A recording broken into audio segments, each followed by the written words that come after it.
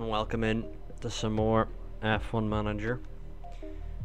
We are here. I've realized I forgot to check the game audio thing. I also don't know how to fix the game audio thing in the first place. So I guess we'll just make sure the background music's on, which it is.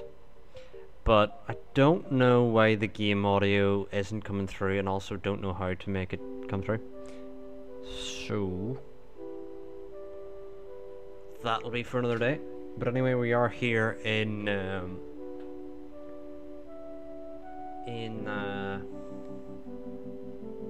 Baku, Azerbaijan, and hopefully we can get a win on the board. Australia last time out did not go so well, so hopefully we can do better. And we've also just had the announcement of the release date of the next game, which is late July, I think. So, looking forward to when it comes out. We will have our own team, and I'm still debating on what team that'll be. Not quite sure. Anyway, let us. There we are. Let us see how we can get underway. Here in Season 12, Round 4, we've got Teo Porcher and Ollie Behrman battling here to be the next Ferrari driver to get a championship after Leclerc's won his 6th. And Porcher's had a good start here in the sprint. There's a yellow flag out already. Not sure what for. What I am looking forward to next game is if they add the ability to make sure that it's Mick Schumacher and a Williams. The Williams gets a bit of contact there, or a bit of damage to Beganovic. Yeah, but what I am looking forward to is next game there's less laps that you need to stay with the driver ahead for DRS. So on lap 2 of even the sprints, DRS is enabled, but currently Porcher is gapping Hadjar off this sprint start. Hadjar already outside the DRS. Behrman trying to find a way through on a Was. I think we can go neutral just for a moment, because no move is going to be made through this section. So we're just kind of losing battery when we don't need to be losing battery.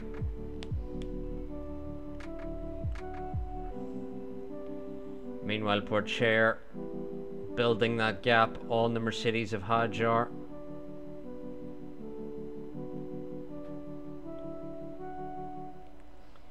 And I'm pretty sure we can just push the softs here for the whole sprint, because I'm pretty sure the tires just do last the whole time. But Behrman now, we're going to try and see, can we push to get him past Awasa, because Awasa's starting to struggle in behind Hadjar as the DRS is now enabled.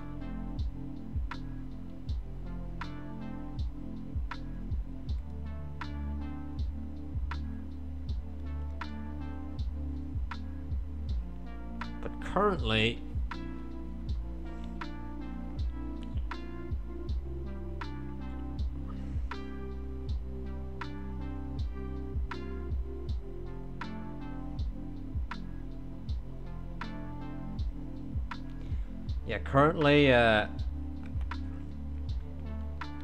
just kind of stuck where we are at this stage. Porcher, gonna have to have him ease off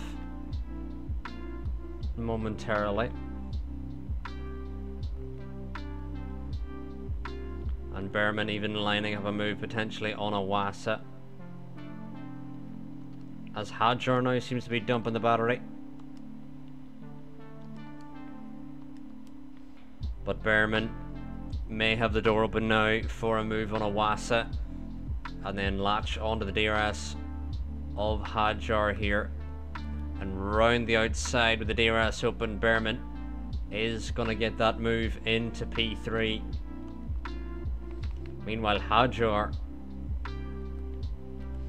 immediately up behind the rear of Pourchaire.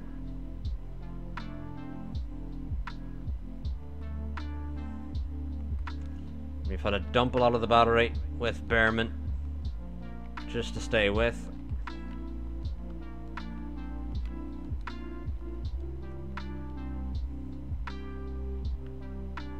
But I think we're okay just to let Hadjar on through as we manage our battery with Behrman and Co.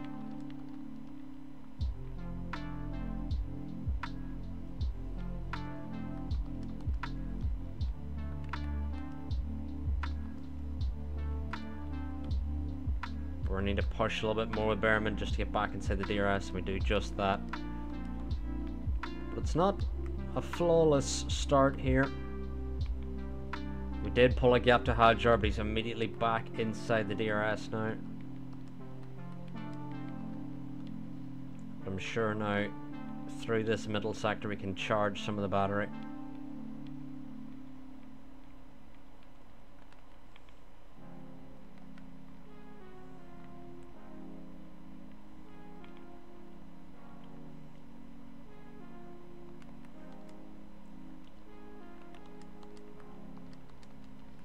Go top up on the mid part of the lap, back to harvest again down the main straight.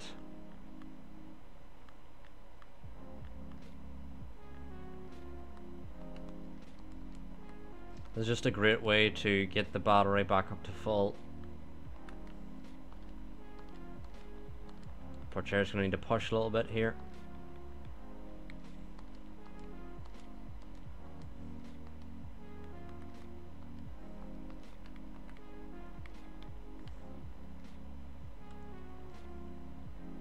We're just holding on to DRS at the moment, and not much is happening as a result. Just a bit of a DRS reinforcement.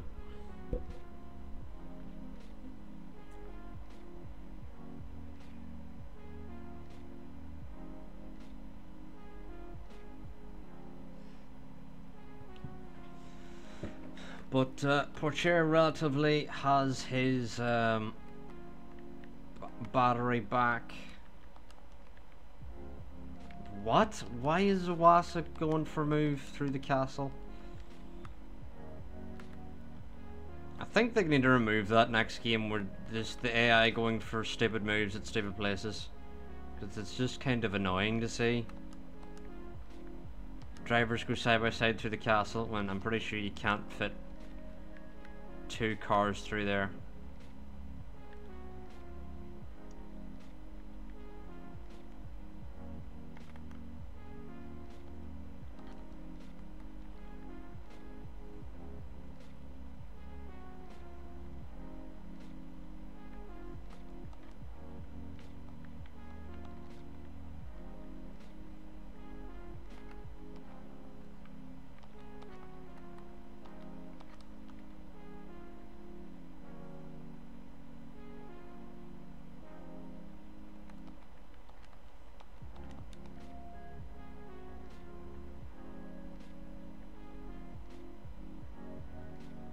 I mean, if they want to dump their battery in the middle sector, they can, because it's just so easy to stay with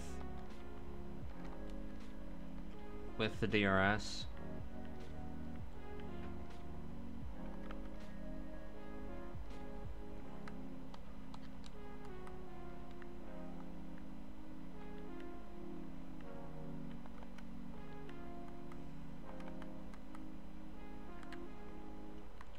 No more liftoff. Salov now is in the fight, although his softs are cooked. Hadjar's softs are cooked. Our softs are fine. I think relatively soon we can just escape Hadjar, because his tires are just not there.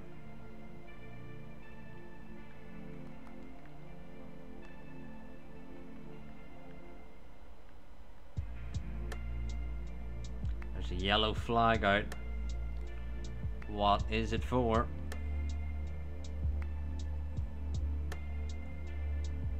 It's for Yuki Tsunoda.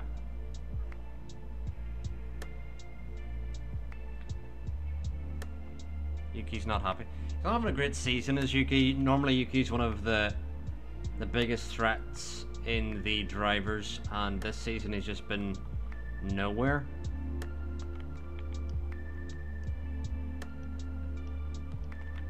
Please let him through, because what we're going to do with both drivers here is we're going to... Yep. We're now going to absolutely dump the battery of both drivers here. And try and both get through on Hadjar and then disappear, and Pourchaire straight through. Pourchaire has the DRS. He's going to immediately get past around the outside, and so is Behrman. And they're both just going to head on down the road. We've got way better tyres. And we're just going to gap the Mercedes relatively quickly because their tyres are gone diddly on.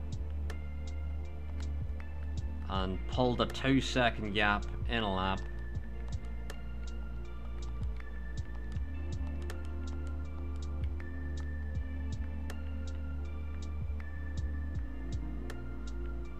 Just going to recharge here for the final push. Behrman taking the lead here.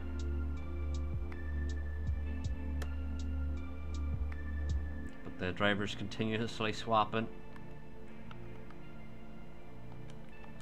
As we are going to head on now to the final 2 laps, the penultimate lap we head on to, and we're going to allow our drivers to battle here for the sprint victory. Pourchaire versus Behrman. How does my sound? Does it sound okay?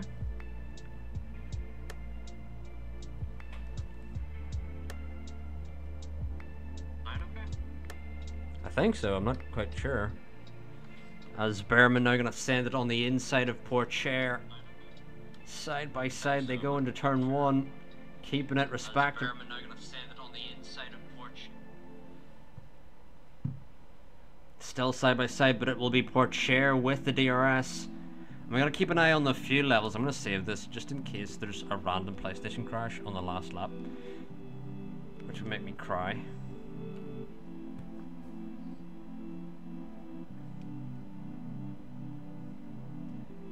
But as soon as the fuel gets to level, we need to go moderate on fuel.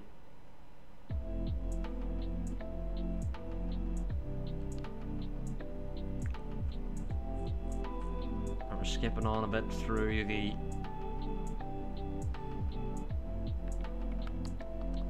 middle sector.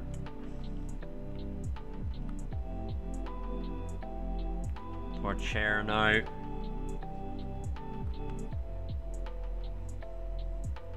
Is level on fuel. Behrman has the DRS on Pourchaire, but he's gonna have to go balanced as well on fuel, as these two now are gonna go aggressive, trying to push here on the last lap. Behrman gonna go to the inside of Pourchaire. Pourchaire now round the outside. Behrman gets ahead into turn 1, but can Pourchaire keep it round the outside? And he does keep it round the outside. He'll have the DRS as well. Switches to the inside. Does he have the straight line speed on Behrman? I believe he does. And this is going to come down to a fight to the line. It'll be Pourchaire leading on the final lap here. Behrman has the fastest lap, but it doesn't play a factor in the sprint.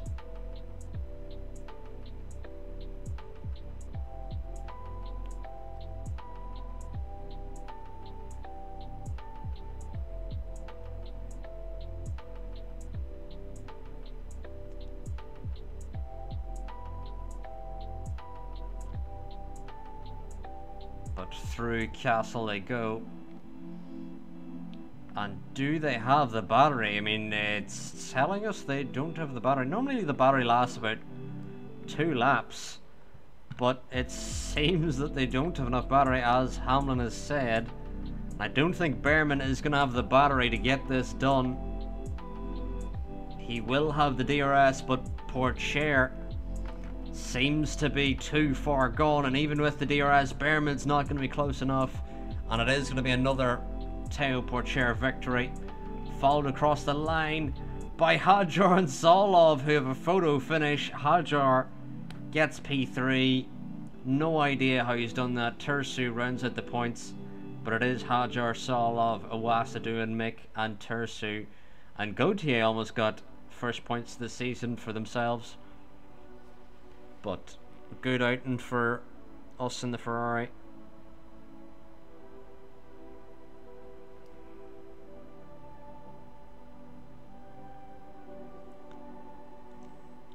But I have seen for the next game they've added more like faces for like the F2 drivers, so hopefully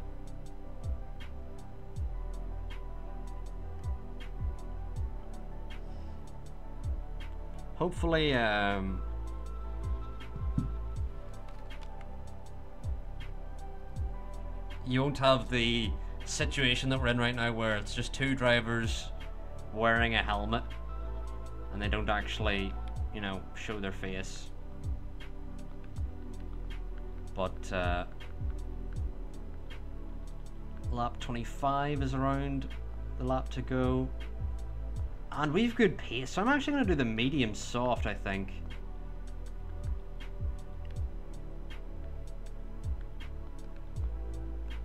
Yeah, I think we've good enough pace to pull this off.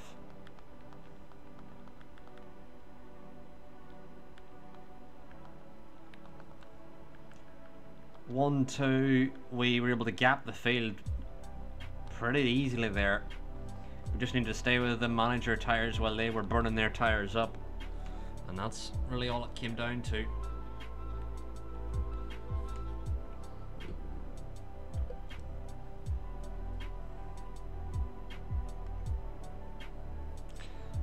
What?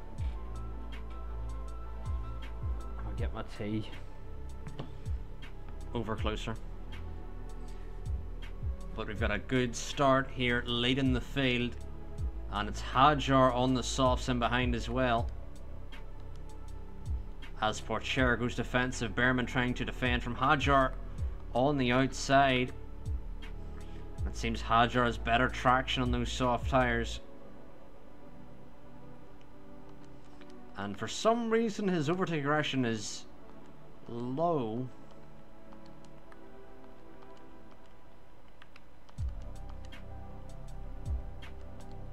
Or his driver confidence, that is. No! You're joking! What? Hadjar has absolutely punted Behrman off on lap 1 here. Or punted Pourchaire off. I don't even know if I said Behrman, but immediately Pourchaire punted off. Does he have any damage? He's actually gotten away without any damage, but this has allowed Behrman to skate off into the distance. But Hadjar showing us exactly who we think he is, just truly awful.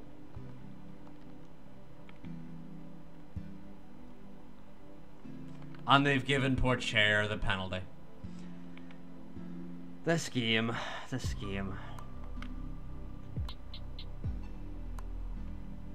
And they're going side by side through a corner you just physically can't go side by side through.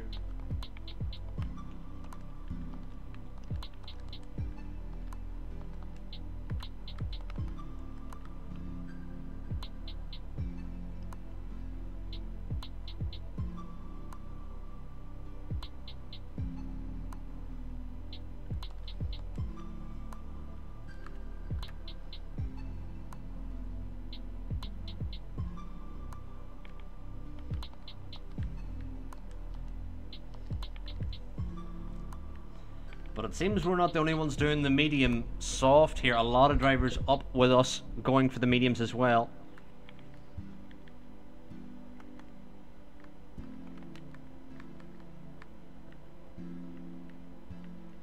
and Solov being the main one here. And Solov has great pace here, almost catching Behrman even without DRS. And the DRS is enabled, and it actually was needed by Pourchaire because he's struggling to get caught up here. I'm going to tell Behrman to try and drop Solov here, because Solov, I think, is dumping the battery at the moment.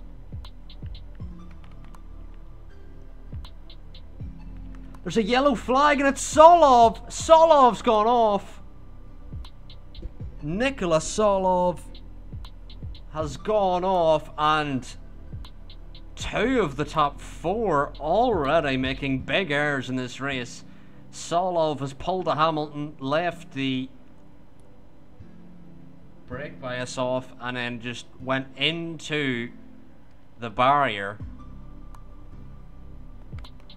So that's his race relatively gone.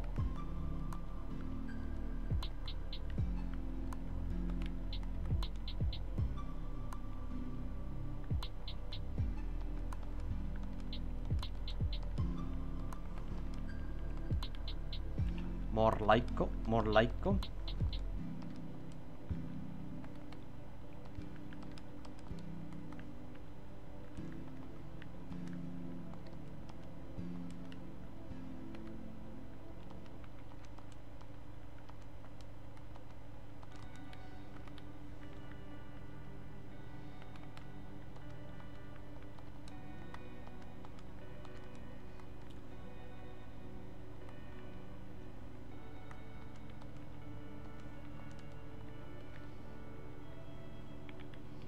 But interesting. I wonder how bad the Pourchaire penalty is. Does it tell us how bad the penalty is anywhere?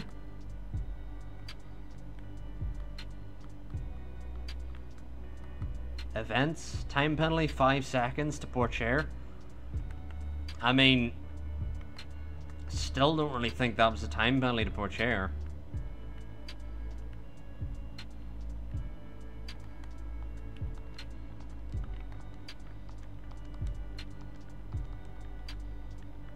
Please back out, Pourchaire.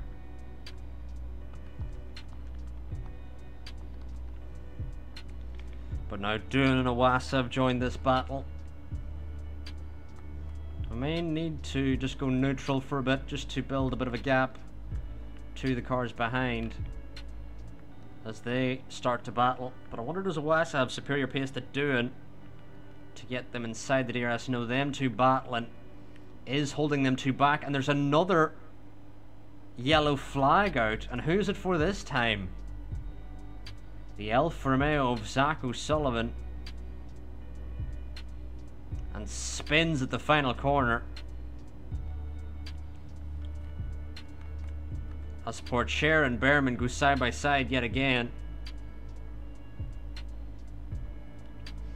And I think at this moment, don't want to jinx it, but I think this is Behrman's race to lose. Pourchaire, his closest rival in this race, has a 5-second time penalty, which should give him a good cushion.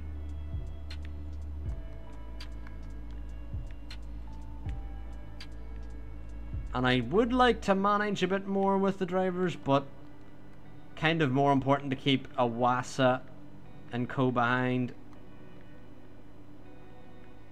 Maybe if we had a bigger margin I would start to manage, but the margin isn't as big as we would like. Still just outside of 1 second though, so they're not getting the benefit of the DRS. But even so, the gap isn't big enough for us to start managing.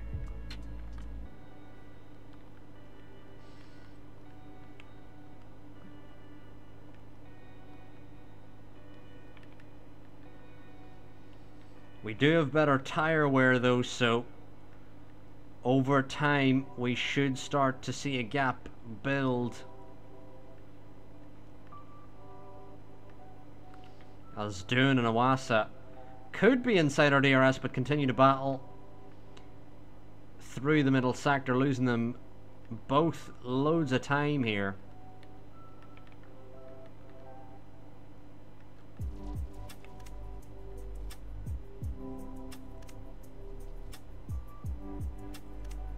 The gap seems to be remaining somewhat the same. We're not really pulling a massive gap here. We may pull a bigger gap once we actually get the lead here. Please back out. Awas is now firmly inside the DRS here, as our drivers started battling through the middle sector like morons. And Awas is now somehow in P2. Who knows how that's happened. He's actually got the lead as Behrman drove through the wall. What? Somehow Pourchaire's now outside of DRS. Don't know how that's happened.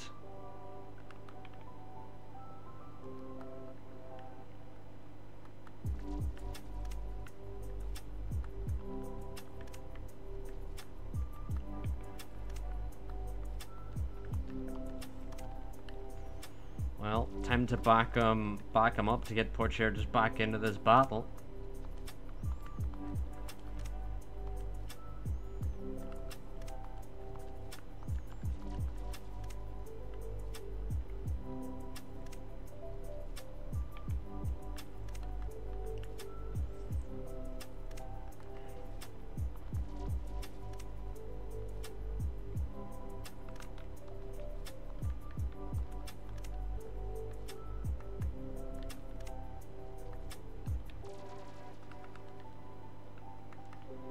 Alright, now I think this is going to be the lap where we decide to push because our tyres are just in a lot better condition than Awas's. So if we can just use this lap to try and get past, and we should drop Awasa relatively quickly because his, you know, his tyres are not great. I'm just hoping both drivers can get through without difficulty, but Pourchaire's really far back. Ooh, he's gonna send it around the outside, very late. And maybe the inside of the next corner as well. And he is gonna get through here.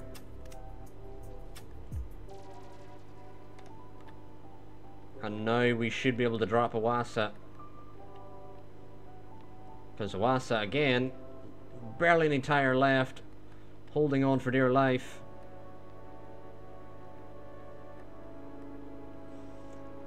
But currently all that has happened is Awasa still holding on. And Pourchaire has fallen out of the DRS.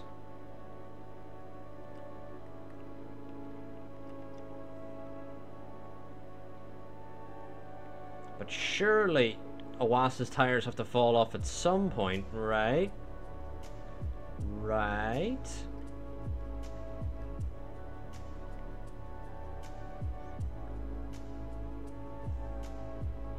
Right, Pourchaire at least is inside the DRS of the car ahead. Awasa has unbelievable pace here, considering he's staying with us on really bad medium tires. But now that we have pulled a bit of a gap, that gap should stay.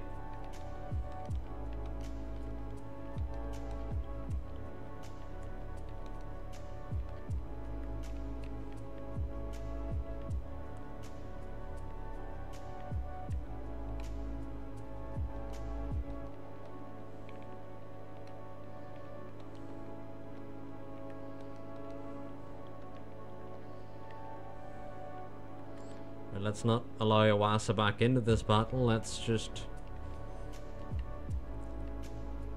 play it accordingly.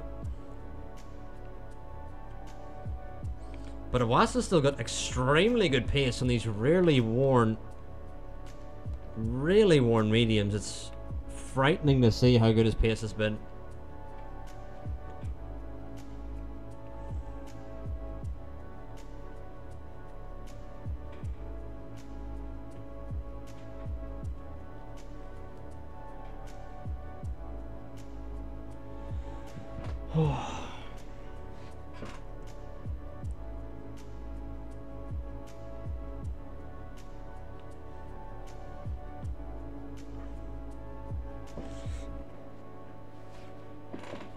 Oh, wrong button.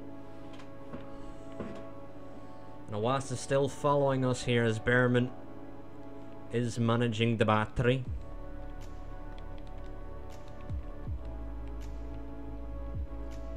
Should be inside DRS and is.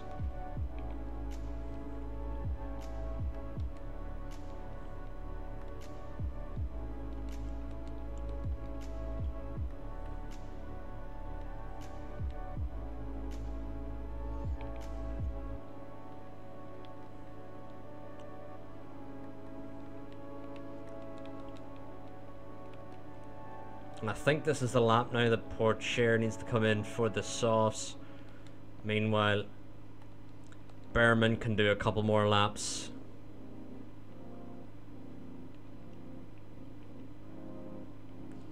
And you have to remember that Porcher does have that 5-second time penalty to serve, so he may end up coming out even behind Mick Schumacher. With a weird animation there as he exits the box there, but Porcher now will exit behind Iwasa and Mick Schumacher.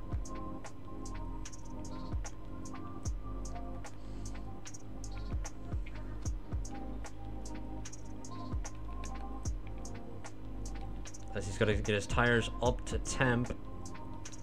And I think what we're going to do is just ease off through the middle sector, because I think we're going to get too close to Mick if we don't.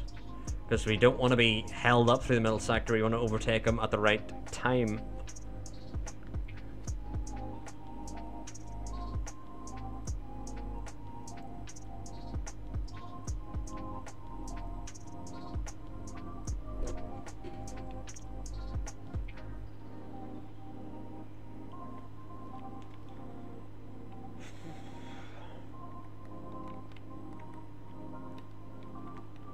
Behrman's still going.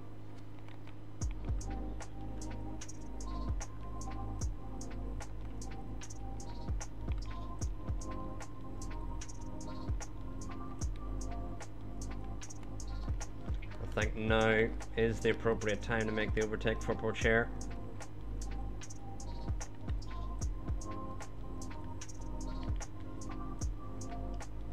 And to dump the battery in clean air.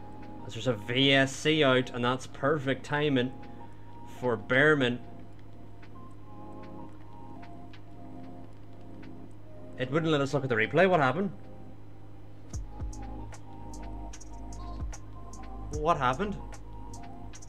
Piastri and a Red Bull down in P17. Oh, Piastri's just absolutely binned it. Totally binned it.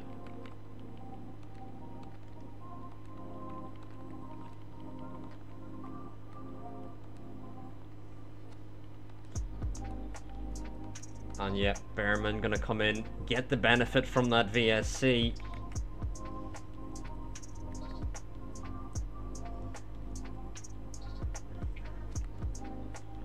And should comfortably be out ahead of Iwasa now.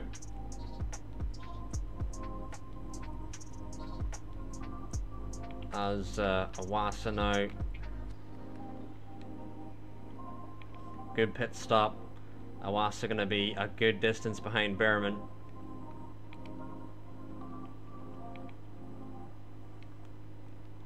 And that distance is around 5 seconds. And when we go green, Porcher's going to need to drop Mick, which he could have done earlier. But for the...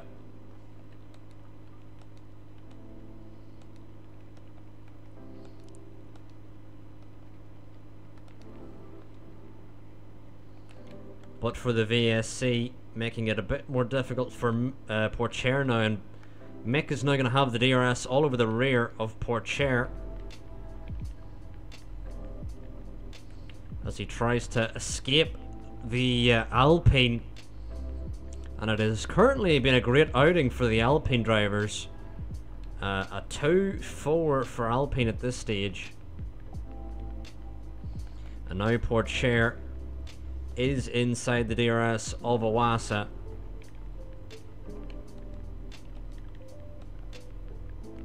which will make life a lot easier. Just using the DRS of the Alpine driver.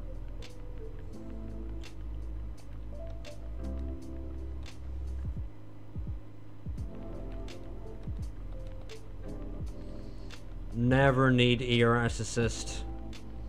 Ever. Never, ever, ever.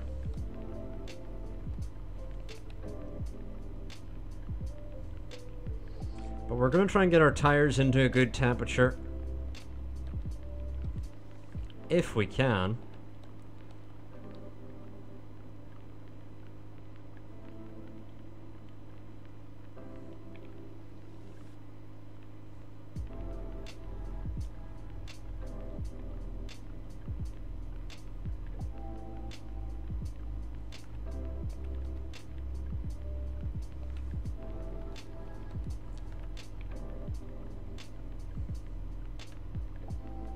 Now we got clear air, it might be a little bit easier. Let's see, can we even pull a bit of a gap from Iwasa now on these softs? And immediately outside the DRS goes for chair.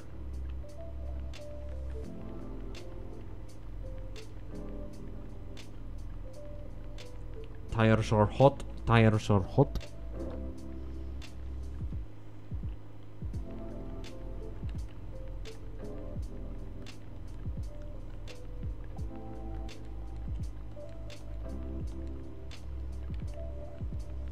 Big lift off.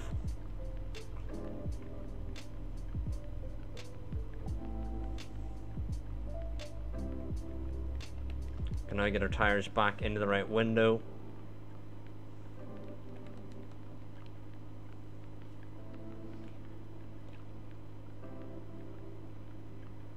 Red flag. And it doesn't let me save. Which is adding to the drama. Who has caused the red flag whenever we had the race? One done and dusted. Red flag. Of course. Jack Doohan just forgot how to drive. And into the wall he goes. And that is going to be a restart, and both our drivers are gonna have fresh softs to go on to, but the 1-2 is wrapped up, and I'm sure this could add a little bit of drama to the race here.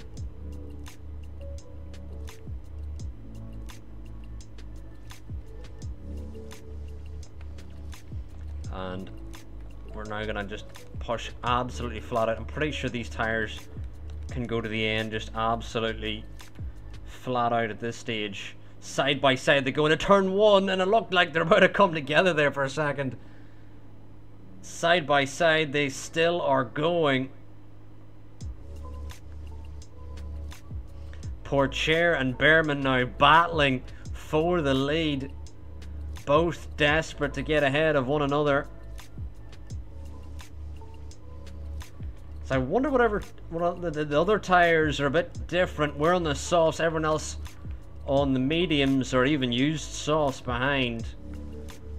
So hopefully we can pull a gap. Side by side our drivers are still going through the middle sector.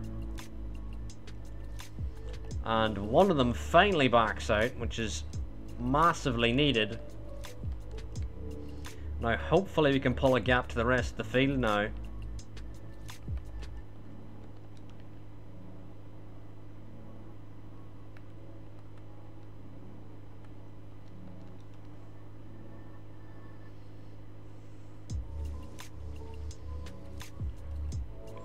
And the gaps are forming in behind as the DRS is enabled.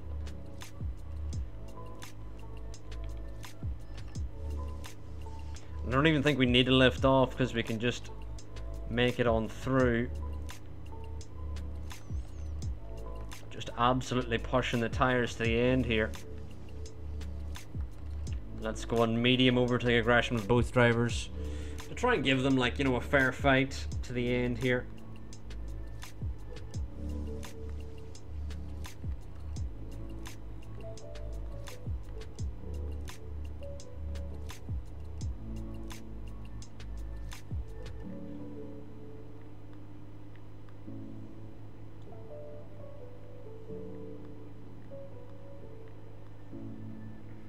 Behrman now on the inside is going to get through. And Pourchaire going to get back through again on Behrman.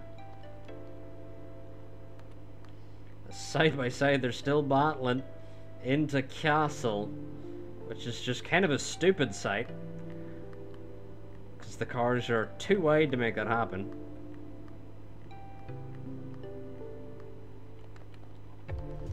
And Behrman gonna finally get on through here. Don't know how Pourchaire is still sending it while trying to regain ERS here.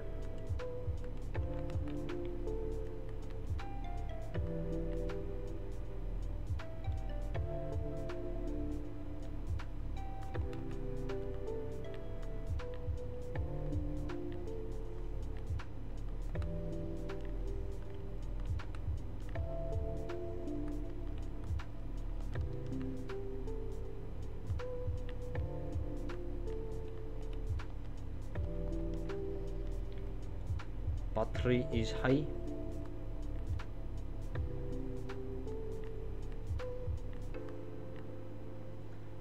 As our drivers continue to battle, let's save all the progress again. Let me double check what the temperature of my PlayStation is, and this is called the touch test, where you just feel, does it feel like it's about to explode? And currently the answer is no, so that's good.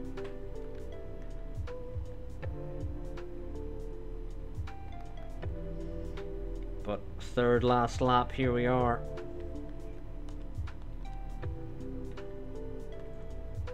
And Behrman gonna get ahead of Pourchaire.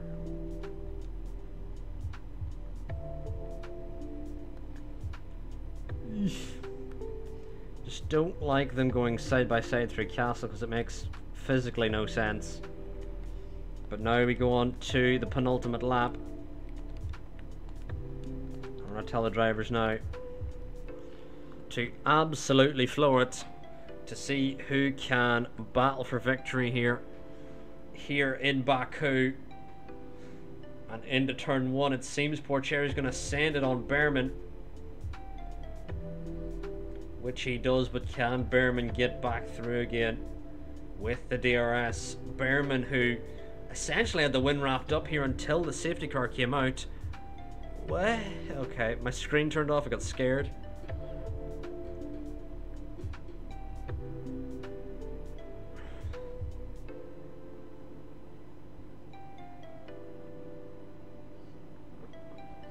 There's a safety car deployed now. Safety car deployed on lap 50 between Mick and an Alfa Romeo. Oh, that's a bad shunt. That is safety car worthy, that incident.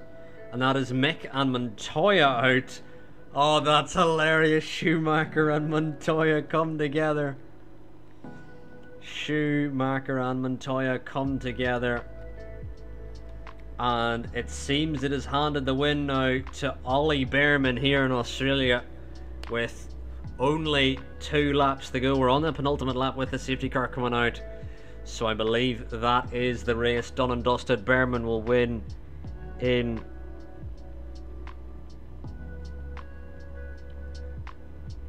Baku, but a very dramatic race, and with 4 retirements.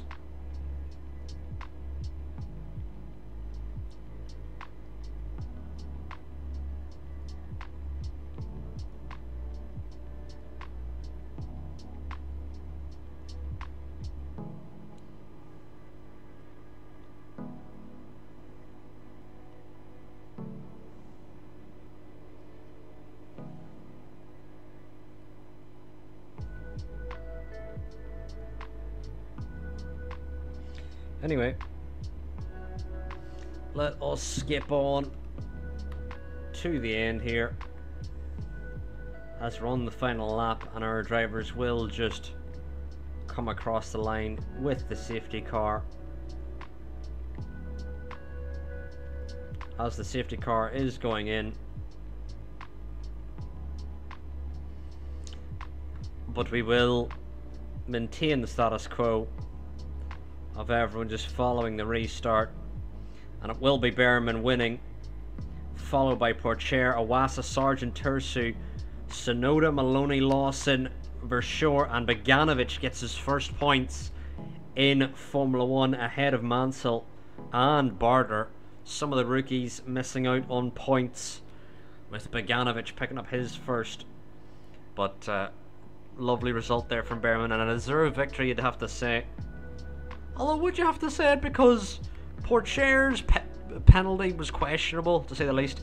Vershaw and Boganovic up 10 positions, Lawson up 9. Hilarious.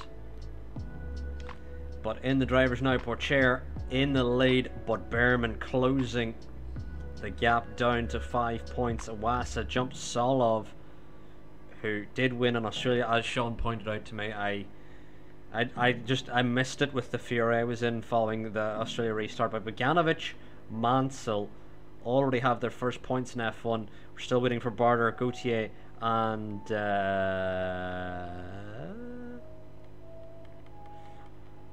was there not another rookie? There's Mansell, Boganovic, Barder, and Gauthier. That's 4. Okay, so Barder and Gauthier, the only rookies yet to have points. But Boganovic and Mansell have already achieved their first points of the season. But Ferrari takes a 3rd win of the season. Could have been a 4th if we didn't have to restart in Australia, but ah well, what can you do? Should have prepared better, it's safe to say. But anyway, we've got our new ATR period rolling in, so we'll get to do some more designs. Chassis seems off limits. Side pods? No, all seem off limits. Maybe suspension, but maybe rear wing we could do something with, but seems like not a lot of impact maybe.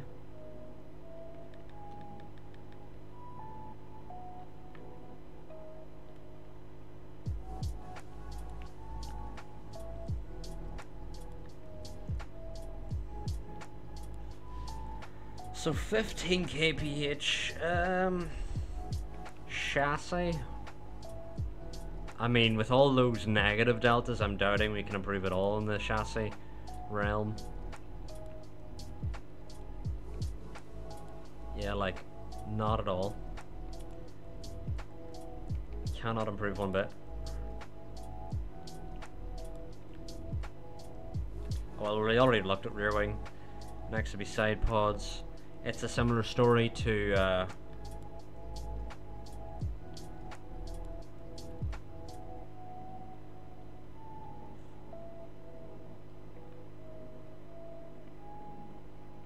under or the chassis. Yeah, I just don't see any upgrade happening.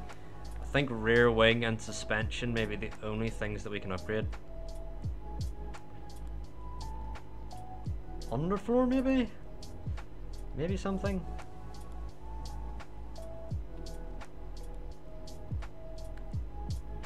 Maybe something?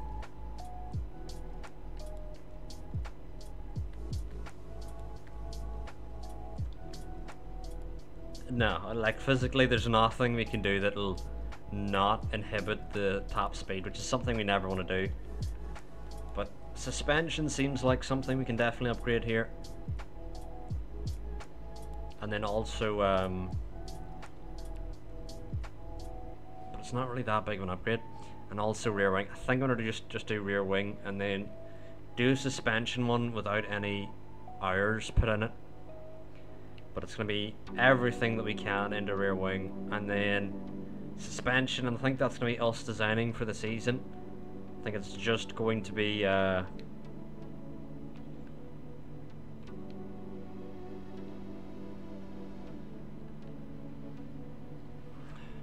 can maybe upgrade this a little bit just so that it's not negative. Yeah.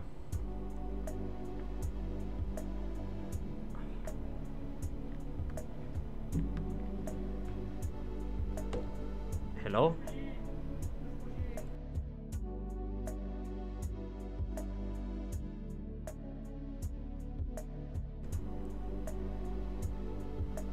Wonder how much budget we have to pull this off.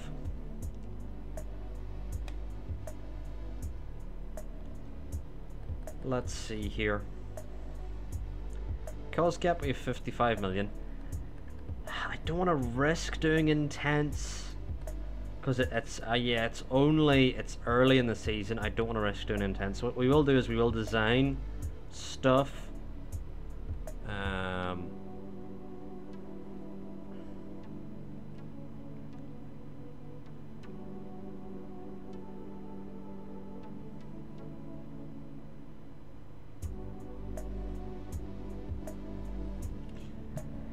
I think we will design stuff, but I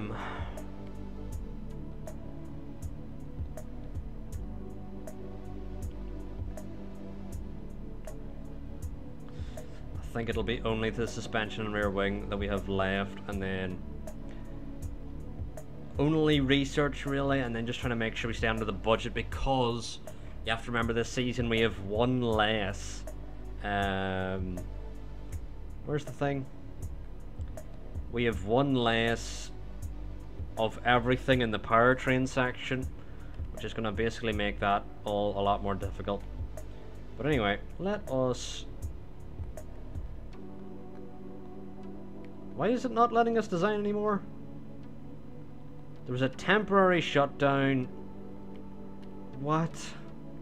We were literally in the design screen and now there's a temporary shutdown. What did I even press for the temporary shutdown to come up like? Fucking hell.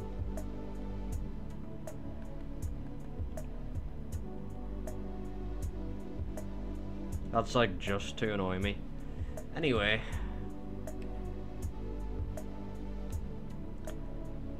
Pit stop. Pit stop.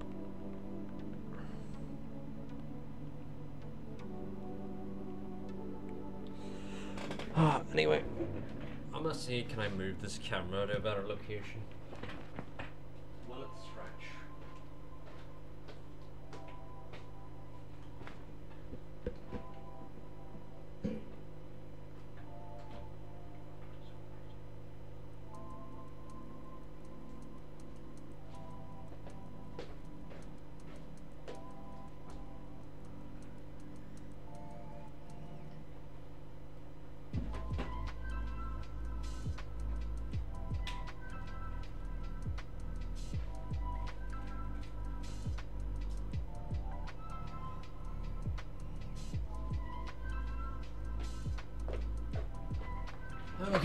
Okay, I'm back. Let's see, is this a better location for the camera? And then if I do this, and then it'll follow me. Huzzah! Oh! And then at least now, when I'm looking here, you can see more of my face.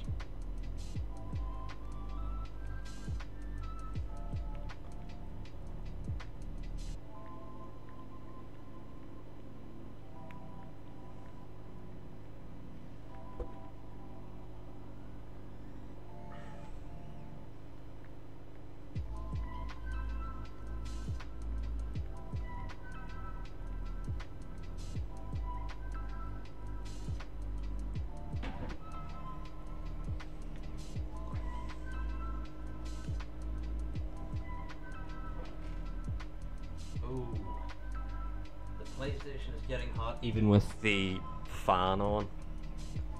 That's not great.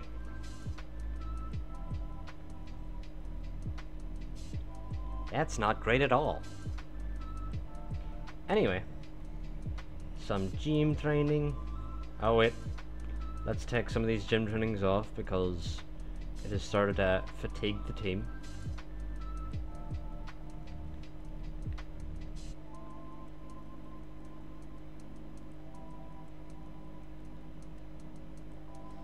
Yeah, that gym training did not affect at all, so I can do that.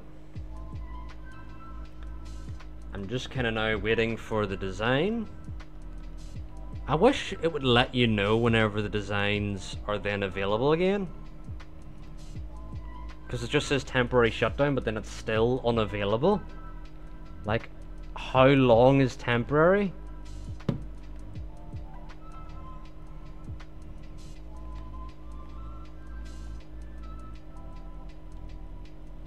Right, at least I can do it before this race so I don't forget what the fuck I was doing, like.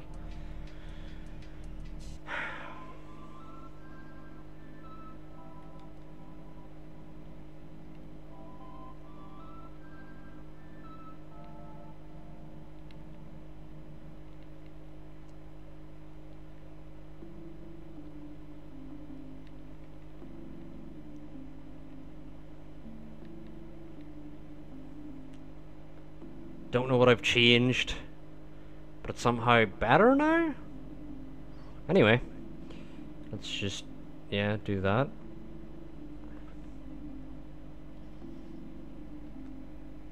And then the next one won't have any hours, but it will be all in suspension.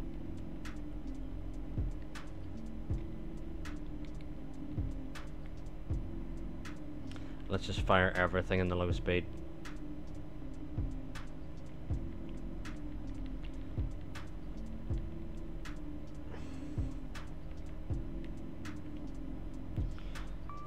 Well, as much as we can get away with without really inhibiting the straight line speed.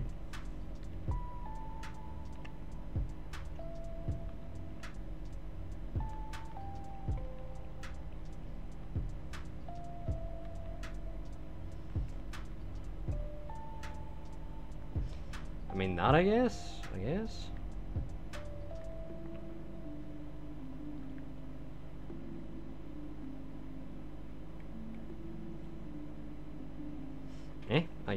Anyway, moving swiftly onward. That is going to be our last design of the season, and the rest is just going to be research and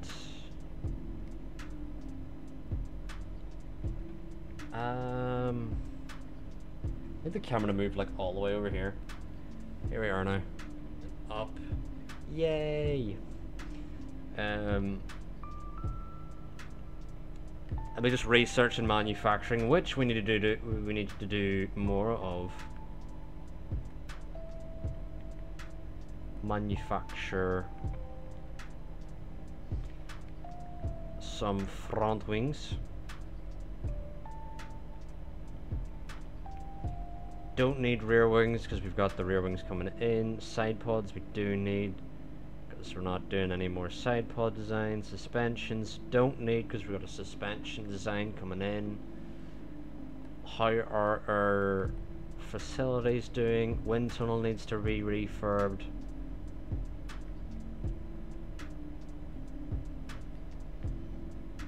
I'll save that there, and we can load on into Miami now.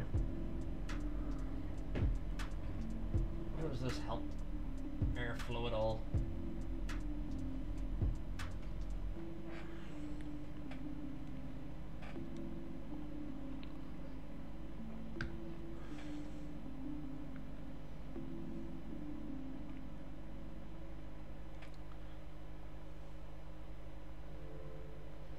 What does it say we're first in? We're first in the high speed now and DRS effectiveness.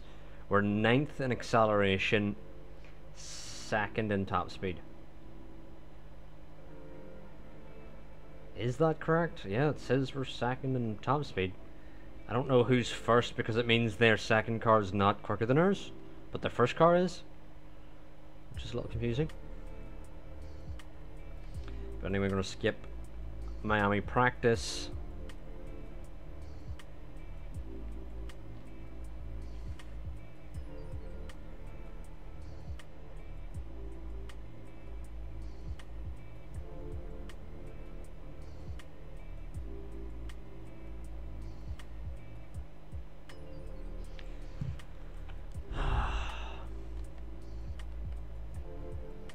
And then for some reason Bocher's 10% worse in driver prep.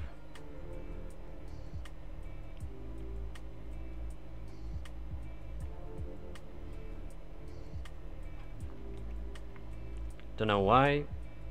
Just wanna move over this way, camera. Ready, please. Now we're more centered. Anyway, that practice took a lot of ugh, wear on our parts there.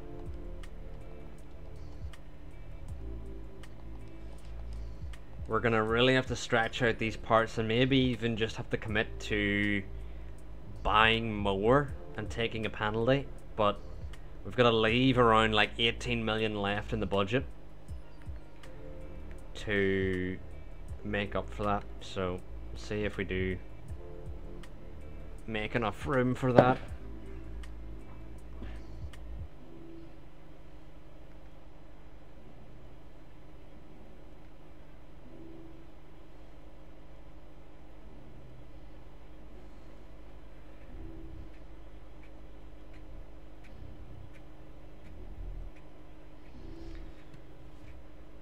And in Q1, let's see how we do.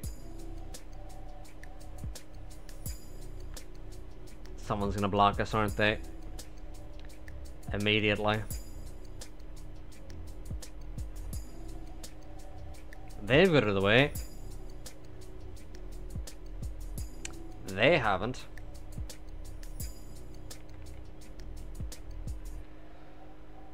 Oh.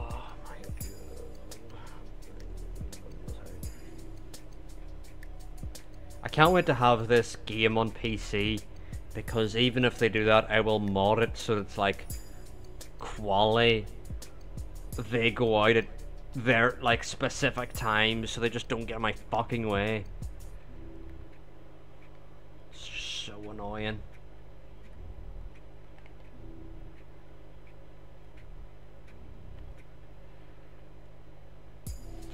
How they're just always in the way. There's something in the way. Now, hopefully we get ahead of them before the braking zone here with both drivers. And the Mercedes of Barter really wanted to come back on the racing line there, but thankfully didn't. He was really, really trying to push it there.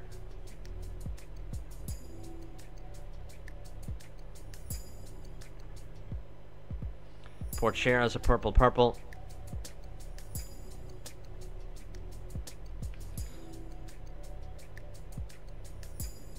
I'm gonna go close this window as well.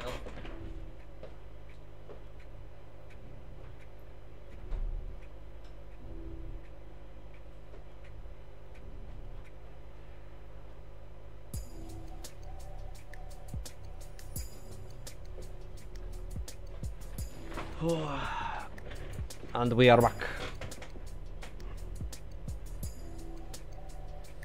Behrman's half a second off because he's just so great at the game.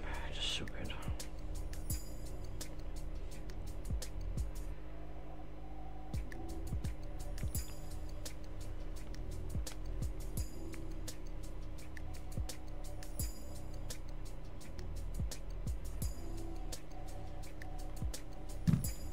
Why are the gaps so massive between the whole field?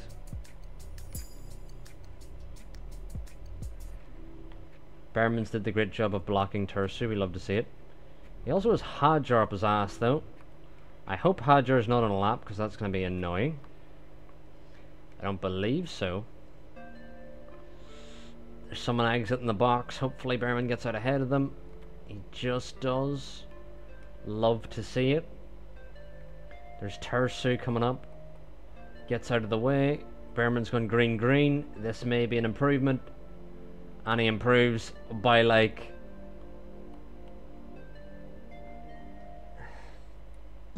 couple hundredths. Welcome in, Pneumatic. How's it going? How are you, my friend, on this Thursday evening? We're here in Q1 and the gaps are humongous. I think we might be through unless everyone's going to dramatically come in with good laps. But I've never seen the gaps this big from us to the bottom. 1.8 to the bottom. No one's even really testing poor chair. Tersu, out of nowhere, and the AlphaTauri comes in within 600s, but it is Lawson, Montoya, Mick, Piastri, and Gautier. Got back from snowboarding. Where were you snowboarding? I'm looking outside and I do not see any snow.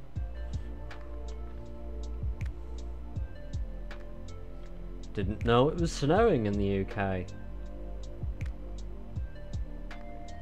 But I assume you've gone to some either different country or one of those indoor places. But I just don't know the name of it all. Yep, sounds like an indoor place to snowboarding. Escape. And this time around, Porcher has did a relatively equal time to his last run. Meanwhile, Behrman has gone a second off. So, great run for Behrman yet again. Just so clinical. It's just so great.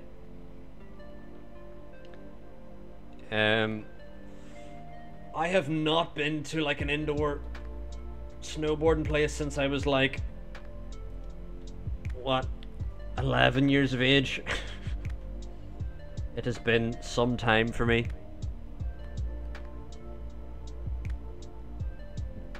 You are flying. But what we're going to do now is going to put on a fresh set of softs. And it wasn't even snowboarding pneumatic. Like I'm guessing you actually know how to snowboard. I was just on one of the sleds. I went to this place like in Scotland. I was just on one of the sleds, and that was it. That was the extent of my snowboarding career. Was just sledding down a pretty not. What's the opposite of steep? Not steep. I don't know.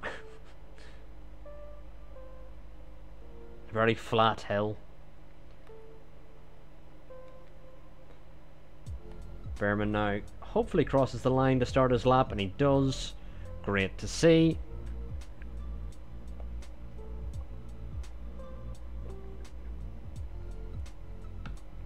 And hopefully Behrman now either improves or the drivers behind are just too bad. We need one more driver to not improve, and I'm pretty sure Behrman can bail out of his lap. Yeah, Behrman can now just bail out of his lap.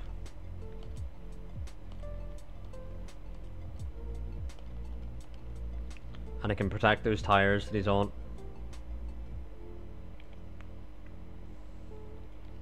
Because there's no one going to pip him here. Where's Bogdanovic going to go? Bogdanovic is going slow, so it's Bogdanovic, Barter, Doohan, Mansell, and O'Sullivan out.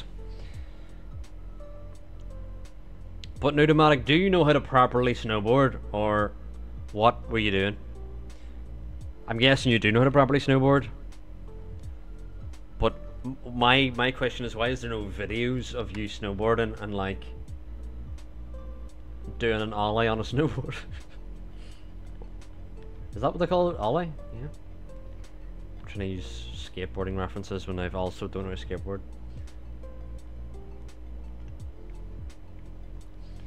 Anyway. We've loads of softs saved. So can comfortably do a couple runs here.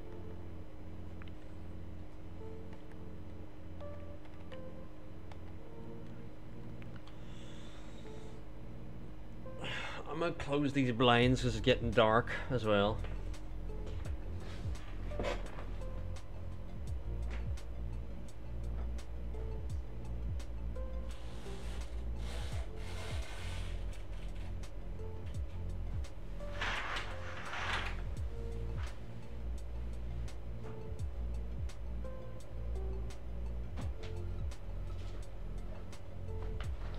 Focus on the braking, focus on the braking.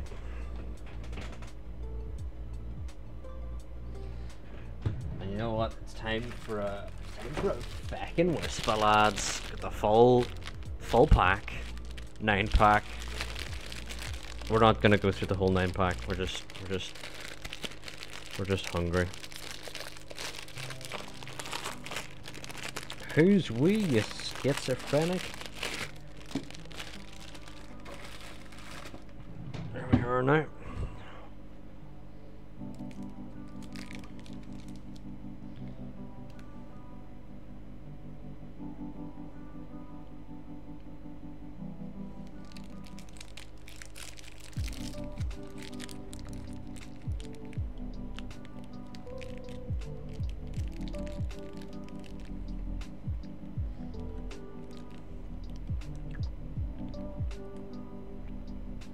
Is anyone gonna block her lap? Let's see here.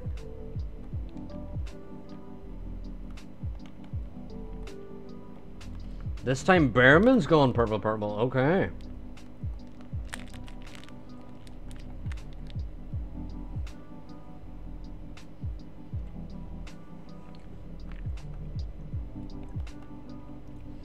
What's happened here then?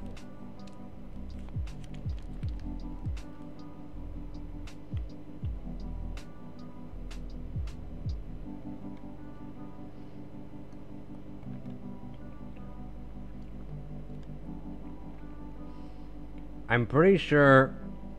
Oh, there's a red flag.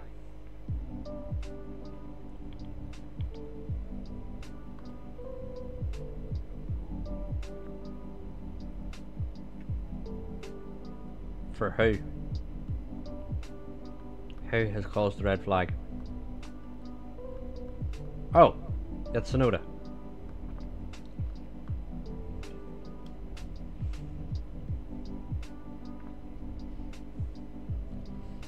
They don't normally give us the replay, but yeah, he's completely ruined that rear wing.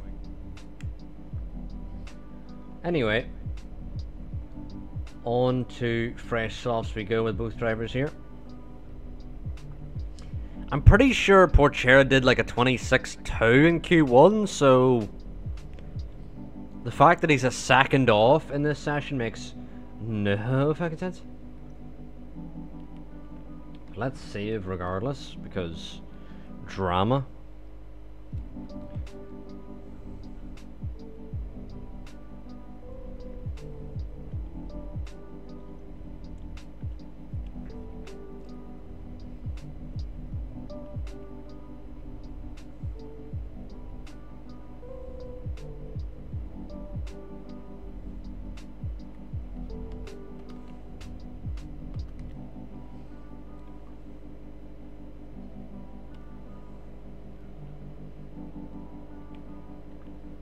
Now we're going to go on board with Porcher as he tries to get pole in Miami. Behrman currently sitting on pole and gets... This would be a rare pole for Behrman because he doesn't really normally get poles. Can Porcher beat him, or will it be someone else? It won't be Tersu. The AlphaTauri's are normally very quick in qualifying, but it will not be Tersu, who has taken the checkered flag. I don't know if anyone else is pushing at this stage. Porcher's gone yellow despite being on fresh softs here. And so has Behrman, so he may not have any track improvement following the red flag, but Porcher importantly green in the middle sector. And if he can get a good toe down this back straight from Behrman, will it be enough to help him get pole here? He has the DRS from Ali Behrman.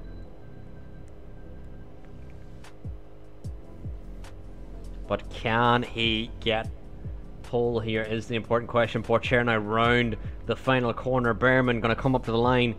Yellow in both sectors ahead. Porcher crosses the line, and it's no improvement from Teo Porcher. Why does it say we were under yellow flags? We just, like, weren't. And he's gone 2/10 slower, and I don't know why. Were we under yellow flags? I didn't see any yellow flags. But Ollie Behrman gets a rare pole. And actually, no, that was the quickest lap. No, it wasn't actually. Porcher, as we'd said, He did a 26.3 in Q2. I thought he did a 26.2, 26.3 in Q2, and is then nearly a second off his own time. Who knows why that happens? Dunno myself. Who has an idea? Not me.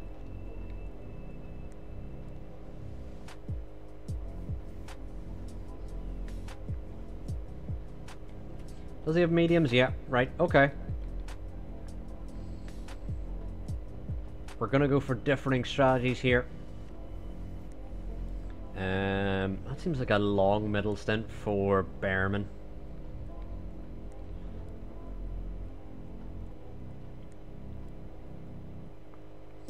That seems a bit more symmetrical.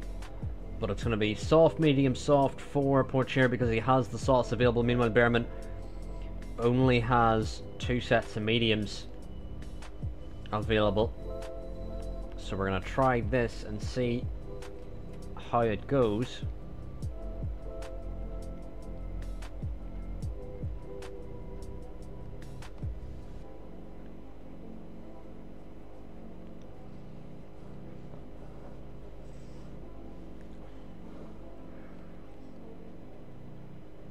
Yeah, Behrman, I'm pretty sure if we look at his record, he does not have many pulls. And after winning in Baku, this could be important to take the lead in the championship. And Behrman, really importantly here, has 2 hard runners behind him, which could make could help pull a gap here in this race. Sargent and Hajar on the hards here. Meanwhile, we have started on the softs, and if Sargent can hold up Pourchaire enough, Behrman could disappear off into the distance. But Sargent, Hajar on the softs here, Solov on the softs as well, all over the rear, and so far not been able to use the benefit of the grip. Has Pourchaire trying to get past the Williams now, and round the outside Pourchaire goes. We've pulled the gap now to the cars behind already, 2 seconds to Hajar, and Pourchaire gets through into P2. A very important move, but Sargent fighting his way back through in this tough sector. Don't know how he has made it work, but he did momentarily there. But now the gap is going to be pulled, and we're going to keep pushing it for the moment.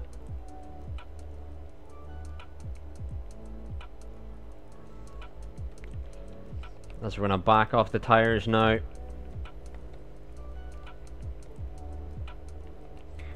For performance. As Pourchaire now almost inside the DRS. It's so minimal the difference, and he might just have it now. The gap to Sargent now at 2.5 seconds. It's now at 3, and on these softs that gap is beginning to build.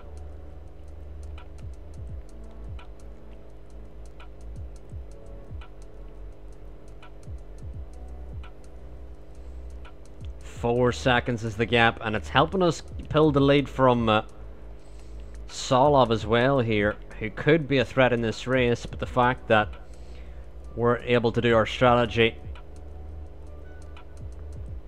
at a much better pace is giving us a big advantage here.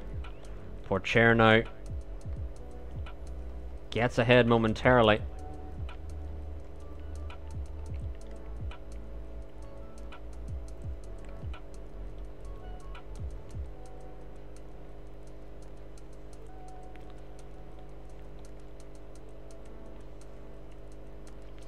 Increase Lyco. Behrman's going to let through Pourchaire, and we're going to do just a repeat of what we had been doing, just to get Behrman to get the battery and the fuel back.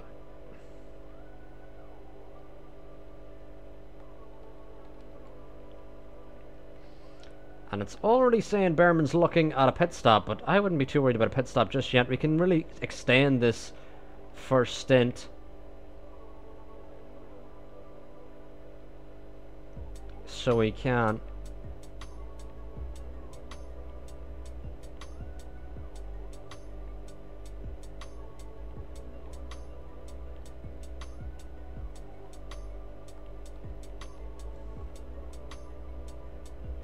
Tires okay for now. Tires okay for now. And now that our drivers are in the right window,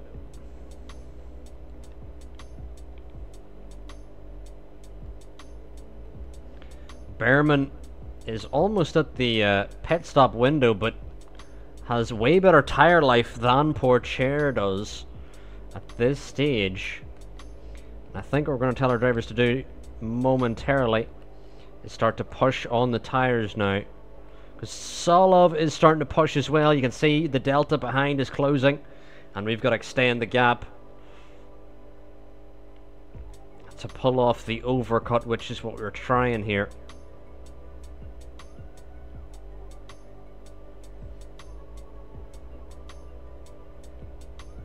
So our drivers continue to battle here.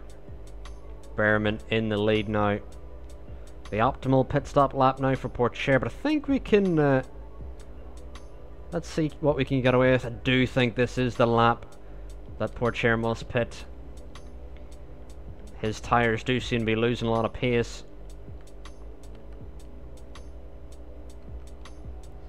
Meanwhile, Behrman going to continue on. Can he get away with going an extra lap? I believe so.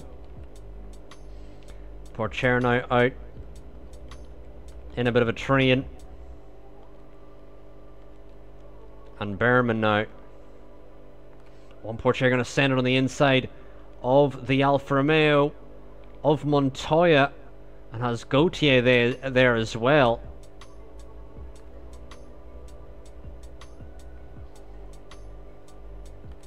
Goes to the inside. Can Pourchaire get ahead? And he will get ahead of the Aston Martin driver. And that little bit of traffic will have massively helped Behrman.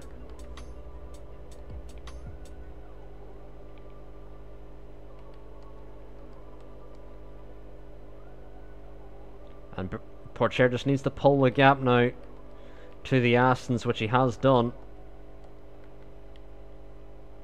A good stop for Behrman. And where is he going to come out? Is he going to come out anywhere near Pourchaire now?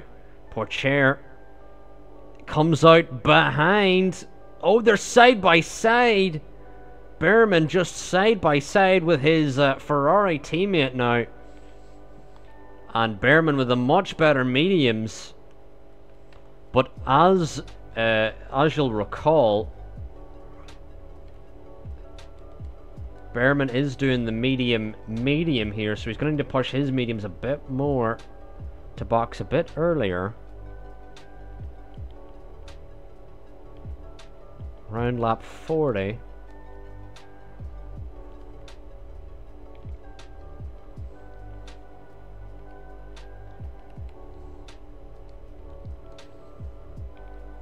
And Pourchaire and Behrman now just need to get ahead of the traffic, and they're going to dump everything to get ahead as well here. Because we do have Mick and Mansell, Schumacher and Mansell. Funny that they are the names that we are talking about here. And Pourchaire now on the inside of Mick. Will he even get on the inside of Mansell as well? He does. Meanwhile, it's a late send from Behrman as well. On the inside of Mick. Lovely move there, as it seems Mick is coming in to the box. Meanwhile, Behrman looking for the move on Mansell, but unable to get through, which is just going to hold up Behrman here in the battle for the lead. And he's already now 2 seconds off, because he seems to be allergic to overtaking the Red Bull of Mansell. And around the outside, Behrman finally gets the position, but has lost 3 seconds to Pourchaire in the meantime.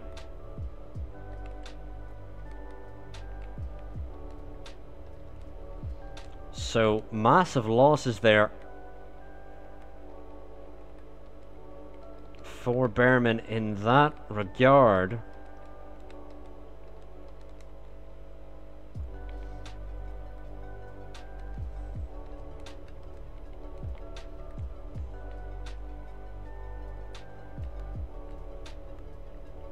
And now Solov seems to be catching Behrman a little bit here.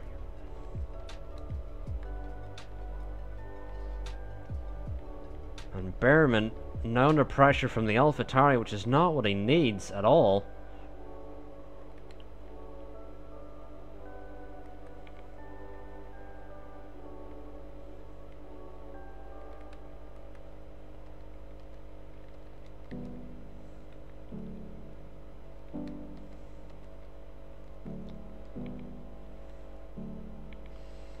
But our driver's now battling is incidentally helping Solov stay with and help his strategy. We're going to try and push a little bit to drop the soft runner out of the DRS here,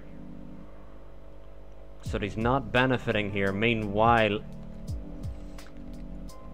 Pourchaire got a massive send on Hajar. Wow! Humongous send there from Pourchaire on Hajar.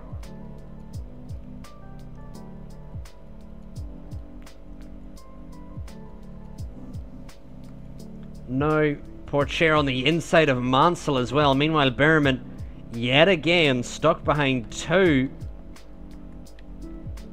runners here on differing strategies. But Behrman gets round the outside of Hajar through the high-speed section. Really impressive move there.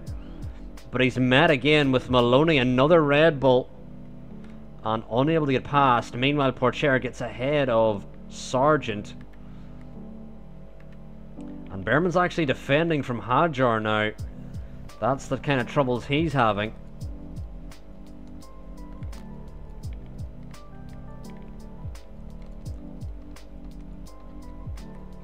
And Pourchaire does get ahead of Maloney, but does need to recoup some of the battery when trying to catch Sargent now. Fastest lap for Pourchaire, who's easily cutting his way through the field. Meanwhile, Behrman just struggling to do so.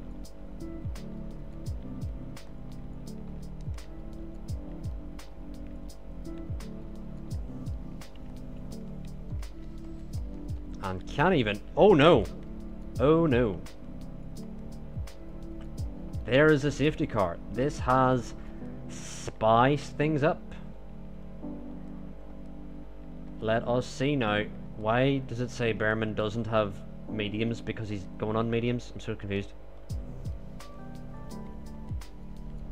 Let us move these earlier. Okay, Behrman now can box on the mediums to the end. Does Pourchaire have a set of mediums to use? He doesn't, so Pourchaire is either going to have to stay out or go on hards to the end. Let's see, can Behrman pull off a quick pit stop here immediately? Too late for the call out.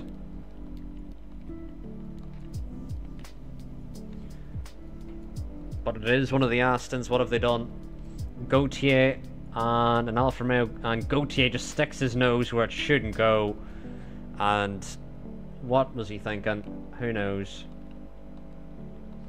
But the drivers behind us all into the box, and that is going to really change the dynamic of this race, because they'll be going to the end and we're going to now be stuck behind the safety car for a lap as they exit the box. So that safety car timing was really poor for Ferrari here. Maloney's going to inherit net P1 here, essentially.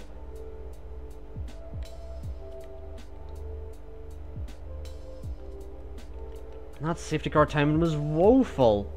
Everyone out on fresh tyres until the end. The field is somehow already bunched up before we've even got around a lap. Okay. That, to me, means that we have to cancel our pit stop and stay out longer. to do our original strategy. Because if we boxed, we'd be where Sergeant is right now, but I've never seen the safety car hold us up that much in my life. It made sure the whole field got caught up before the end of Sector 2. Makes no sense.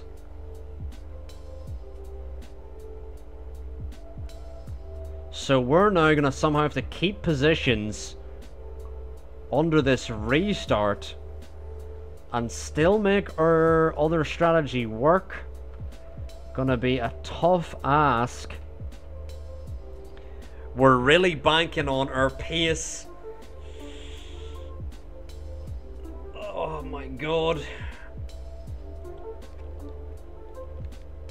We're really banking on our pace in our way fighting through the field again, but this is gonna be the most difficult drive both of our drivers have had to do.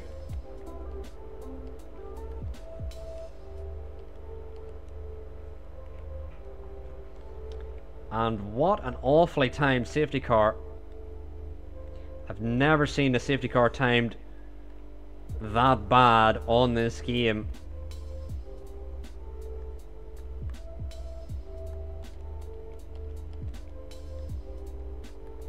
Berman now fighting with Maloney. Is Maloney fighting with Porcher?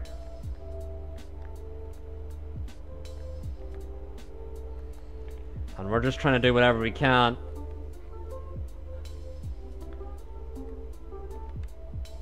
to distract these drivers, essentially.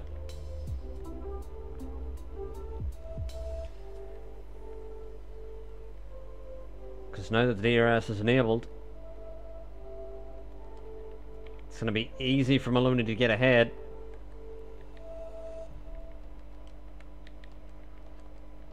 But can we hold on? Is the important part. We've got to make it to our allotted pit stops. Porcher has got a lot further to go than Berman. Berman can push on his tires now, because his pit stop's not that far away. Meanwhile, Porcher has a lot further to go before he gets onto the softs.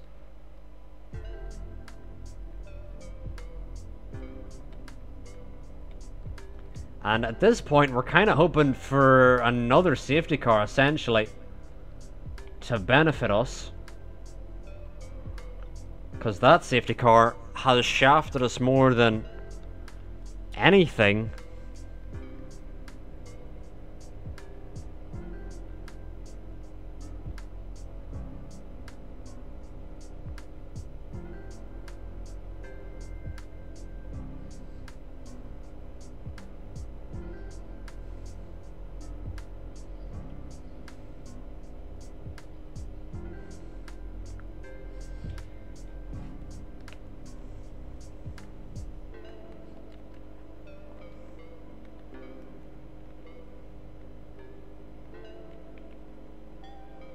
And we're almost 3 wide down the straight. Berman's had to back out, and in doing so, he's let Iwasa through. But Berman's at the stage now where he's just got to use all the pace that he has in the tyre before then boxing onto fresh mediums.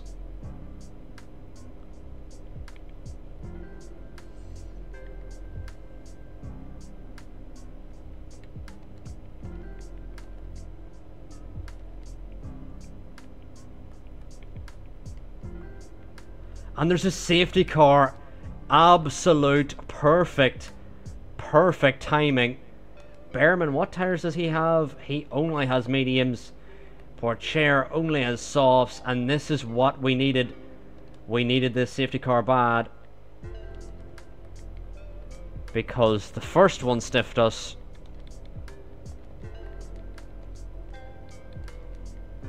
But now, and it's a red flag, even better. Red flag is exactly what we needed. And it's Mick again, tasseling with a Alfa Romeo, and the Alpine is facing the wrong way. And despite us being completely shafted, let's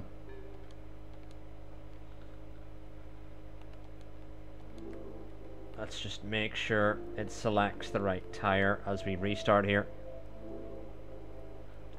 But we've been completely shafted under that safety car, and now that we're onto our fresh tires, we've essentially avoided going to the back of the field. That red flag has really helped us. And as we get restarted now, what are the tires looking like?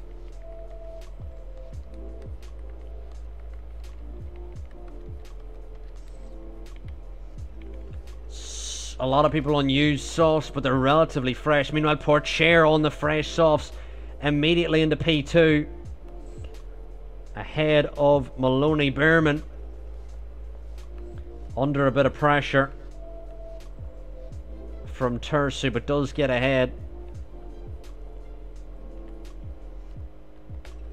Meanwhile, Porcher now already pushing on the rear of Iwasa, but Maloney sends it on Porcher.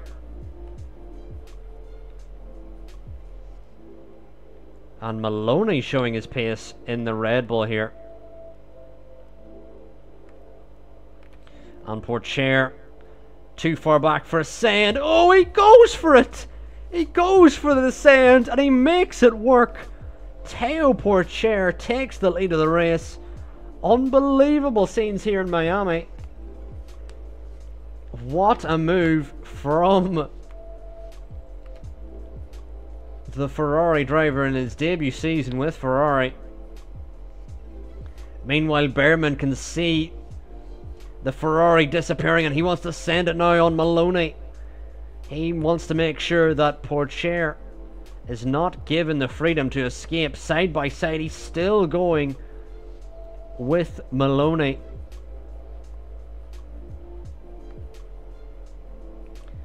And Porcher now already outside the DRS from Iwasa under this restart.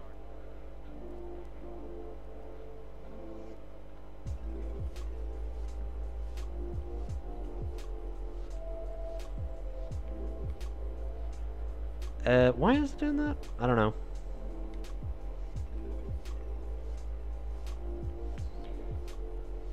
But the DRS now enabled. Porcher has pulled a monster gap, and Behrman still not able to get by.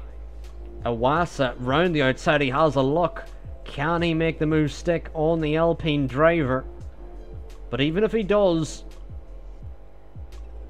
with the Alpine driver sending it back through again, still side by side they go. Behrman now down the back straight. Who has DRS here? It is going to be Behrman, and it is going to help him make that move stick ahead of the Alpine. But even if he does, is he going to be able to catch Porcher? Already under pressure from Iwasa. And Behrman just does not have the ERS here to defend. Oh, and there's a yellow flag. Someone in the back has been hit. There's this another VSC out. And this is really just going to help Porcher because he's going to get his battery back up again. That was not the incident. This is the crash we need to see. It's Hajar, Anna Williams. Murder! Absolute murder! He's on fire!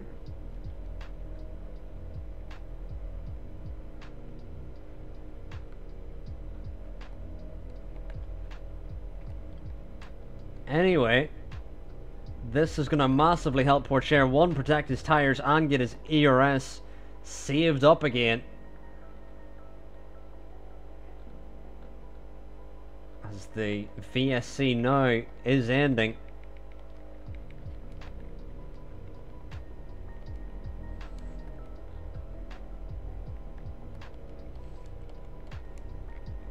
But Behrman has got to chuck everything at this to try and catch up again to Pourchaire. Sending it on the inside goes Behrman. And will get through on Iwasa. But does he have the pace to escape Iwasa is the question now. He is on the mediums that should comfortably go to the end with 10 laps to go here. But it seems Iwasa's still got too much pace on these mediums. And there's another yellow flag out with another crash. And it's Lawson this time. And another Alfa Romeo. And that's a strange crash. Anyway, moving swiftly onward. Behrman now, can he finally escape from Iwasa, who's having to go defensive from Maloney? But it seems Behrman just does not have the pace to escape Iwasa here, despite having these better mediums. It's another yellow, red flag! Now, does Pourchaire have fresh softs to go on to? Another red flag. It's our second red flag. What for? Logie Sarge in his home GP pulls a Sonoda from earlier in qualifying. And Pourchaire now has somewhat fresh softs to go on to, and so does Behrman. But now this has somewhat leveled the playing field yet again. But does anyone else have fresh softs to use? Let us see. Pourchaire had a monster gap now that's now been cut to a couple of meters.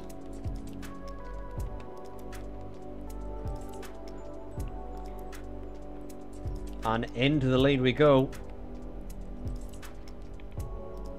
But everyone does roughly have fresh sauce to use. And we're just trying to escape from the pack behind.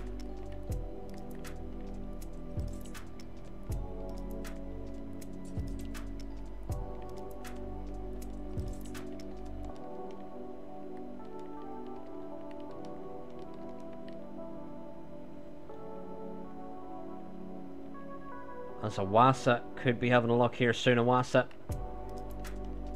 catching up within the DRS, but we need to build that gap yet again on Iwasa to make sure we face no pressure from the Japanese driver.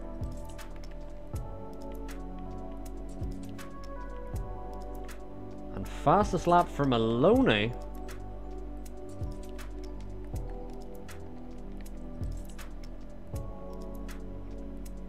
As Maloney and Iwasa battling here.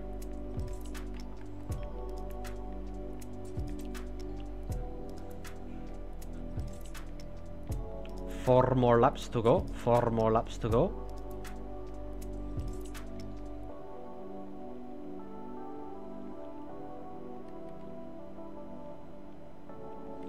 And 3 laps to go. And Pourchaire's going to manage the battery here.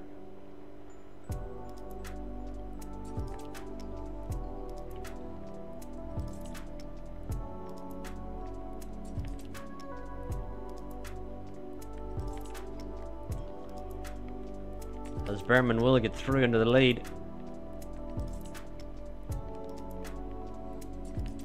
As it may all come down to the final lap. And again, we're going to save it to make sure my PlayStation doesn't crash in the last lap. That would make me cry. Welcome into the stream, Sean. How's it going? You've come at the right time. We're on the final lap here. 2 red flags in Miami. As Behrman and Pourchaire battling for the lead. Late send from Pourchaire. Behrman keeps ahead, and Pourchaire's lost a lot of time going for that send. But will it allow Behrman to escape now? Pourchaire will still have DRS, surely. Just about. Porcher holds on to the DRS. But that late send and Behrman closing the door almost ended the race. Yeah, Awasa and Maloney for the podium, doing it behind Tursu, Sonoda, Vershoor, Solov, and Mansell. But as we head now on to the final lap, who will win here in Miami?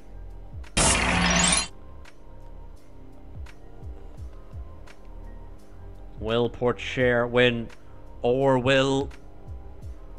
Oh, welcome into the stream, or thank you for the sub. Welcome in. Sean Hadjar also fucked it in Baku as well. You'll love to watch it back. You will literally love to watch it back. But thank you for the sub, or you're number one. You are number one. Literally number one sub of all time, I think ours. Meanwhile, Porcher, Behrman still side by side here. Porcher's got through. Behrman on the outside. Still side by side, they're fighting. Who will keep it ahead? Porcher seems to have got ahead of Behrman. Can Behrman fight back through again with the help of DRS on the final lap here? Porcher may be out of battery as Behrman now going on the inside with the DRS. Can Behrman take the lead here of Porcher into the final corner? Behrman goes, gets ahead. Can Porcher fight back? He seems to have nothing left. And Ollie Behrman will win in Miami. Wins ahead of Porcher. Meanwhile, Maloney on the podium with the fastest lap. Followed by Awasa doing Tursu, Sonoda, Vershoor, Solov, and Mansell. But it's a 1-2 Ferrari and another win for Ollie Behrman.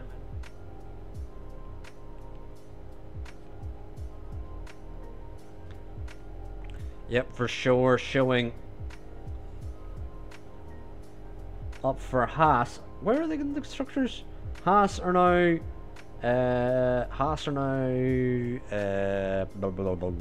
ninth in constructors, but Ollie Behrman takes the championship lead with his third win of the season, ahead of Ayuma Awasa, who looks like the quickest driver outside of the Ferrari pair this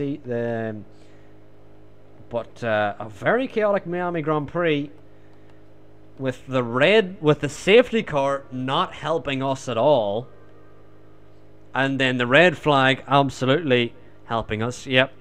Alfa Romeo, who used to have Porcher last season, they were our championship rivals, were Alfa Romeo, just last season, and now they are last in the constructors. Just shows you how good Porcher is, and that is why we needed Teo Porcher. That is exactly why we needed Teo Porcher, because that's just how good of a driver he was. Absolutely catapulting Alfa Romeo up in the standings. Now without him, they are nowhere. Who did they even sign again? O'Sullivan and who? They had Piastri and Porcher, and now they have O'Sullivan and Montoya. But how the mighty have fallen, as Sean said in the chat.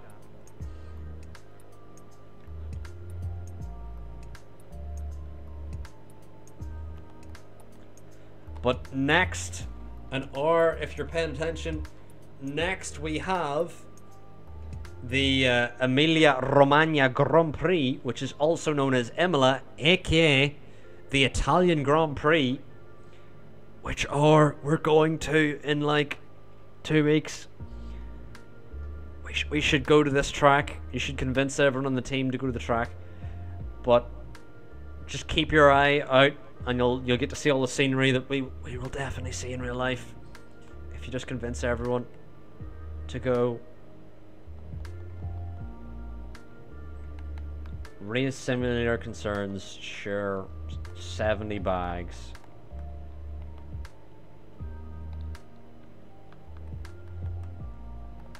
And any facilities need refurbed?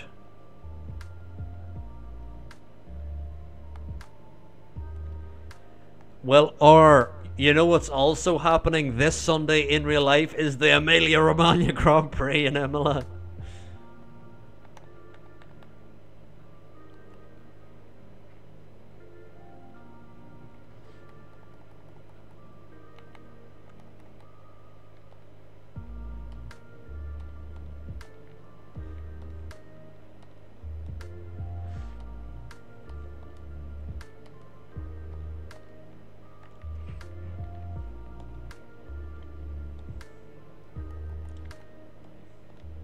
But anyway, we will load now into the weekend of Imola. And last season in real life there was flooding, and then this season, if you've seen any of the videos, there's a bit of a downpour in Imola. And it's a bit concerning, to say the least.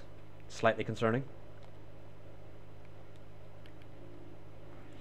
But we're going to put some of the more worn parts on the car here.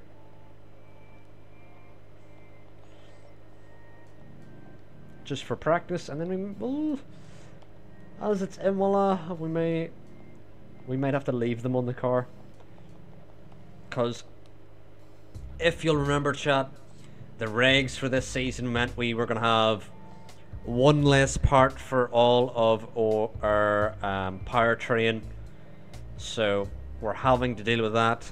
Iwasa's been absolutely Mr. Consistent this race. He finished 3rd, 4th, 2nd, 3rd, 4th. Yeah, all he's missing is the win, really. But he has been our toughest competitor this season.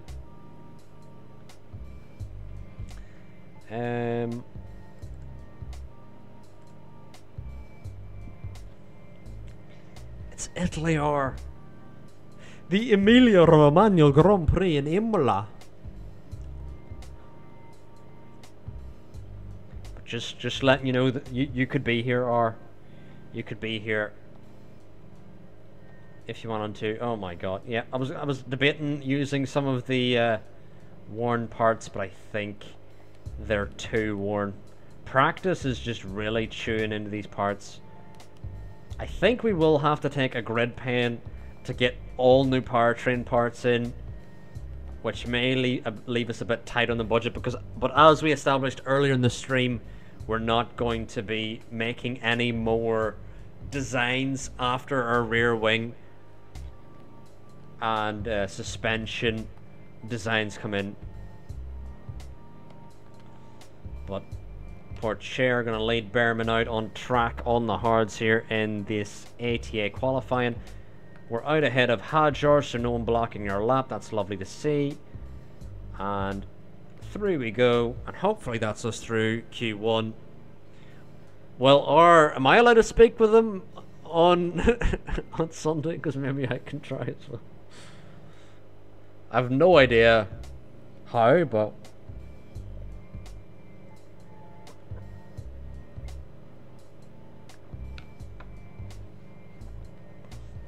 I'll need to prepare like a PowerPoint or something. But I'll do that in the week. Well, no, actually, now that I remember, it's just there's no time for me to do that.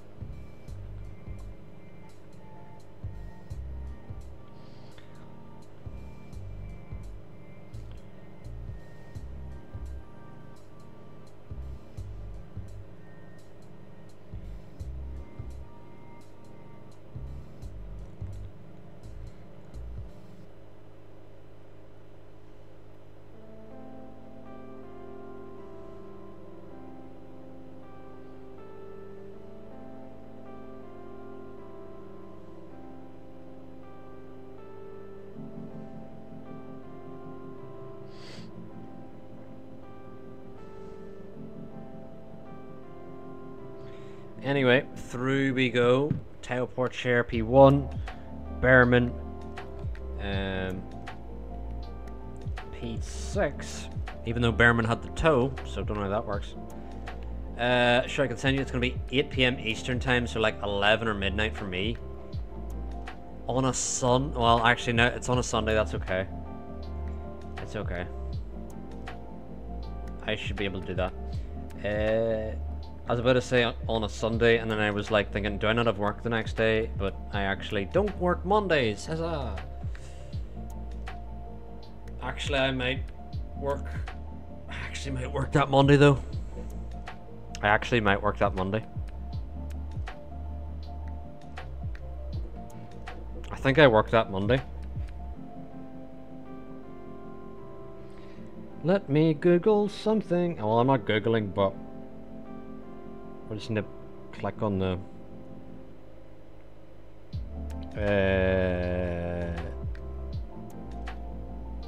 yep, Monday the 20th I work, although it's 1 to 6, so I don't really need to wake up early.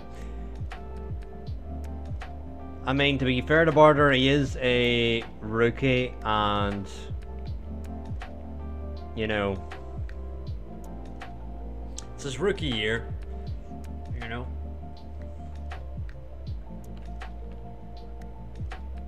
It is Monday the 20th? Yeah, it is the 20th, yeah.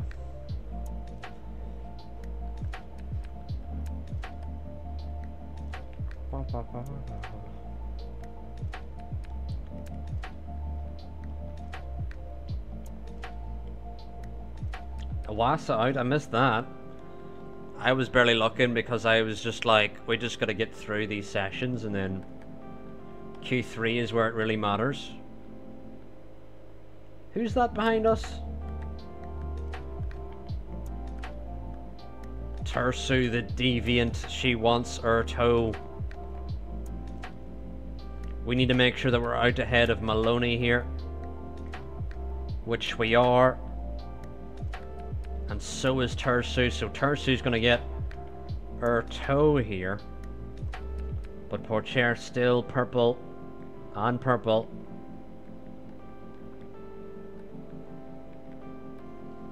And as predicted, it seems that Porcher will be the better qualifier in this championship. But Behrman has been more successful in the races. Yeah, Sargent, who bended in Miami in his home Grand Prix, getting into Q3, a good way to bounce back from crashing in your home GP. Currently, we're 2/10 up on Sonoda, so that's good. Got a good lead. No one really challenging us as of yet. Sargent actually the closest to words to challenging us.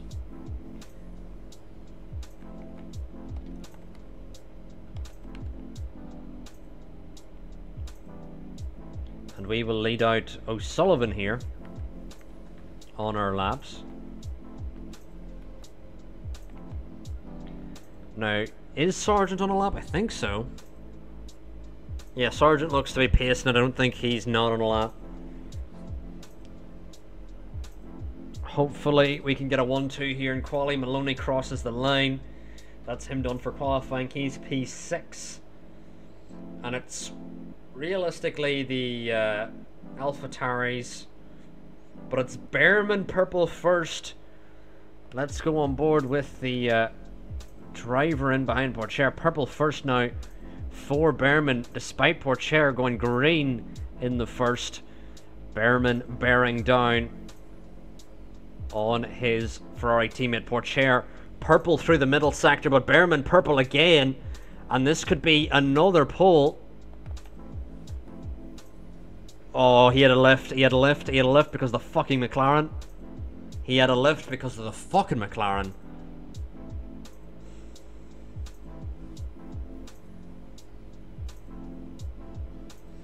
Crossing the line, Porcher goes quicker. Behrman goes quicker, but not enough due to fucking Sonoda blocking his lap. He had to lift to get round yellow in the final sector, and Porcher will get pole here. Behrman probably could have and should have had pole there, but got it taken off him by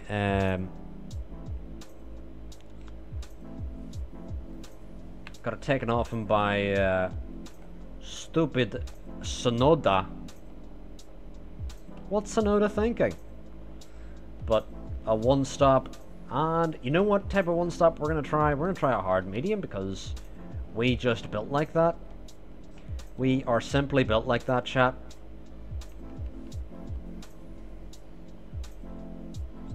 Gonna be lap 36 is the ideal lap to go. Hard medium. And as long as we're the pace setters, then no one can touch us. But hard medium to start, and as long as we lead the first 3 laps, it should be easy to defend, I would say. But we were quickest in quali, and hopefully we'll be quickest in the race here. Yep, Sargent P3 here, but hasn't really been challenging us this season. He's been challenging us previous seasons, but not this one. And we start on the hards here. The drivers in behind, Sargent, Sonoda and Solov, all on the mediums. And we've boxed in the drivers behind. And side by side, Porcher and Berman go into turn 1 and 2, keeping it clean. Meanwhile, Sargent looking on the inside, has to back out, going for a move on Berman. As Berman now defending from Sargent and Sonoda, who are still side by side here.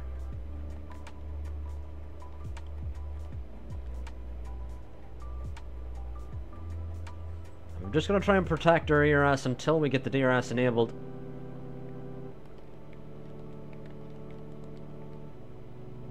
If we can. Surely be dumping down the straights, but some sectors here we can protect our ERS a bit better.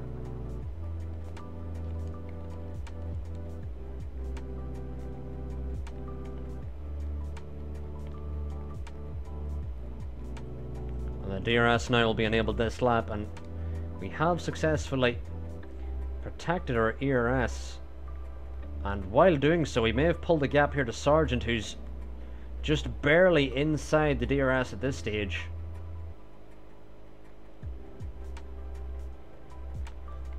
And Berman now looking for a move on the rear of Porcher, unable to get through, but we're still pushing now because Sargent is struggling. I'm going to tell Porcher to head on down the road, because we can absolutely drop Sargent here. And currently our drivers are side by side, which is not helping us. No!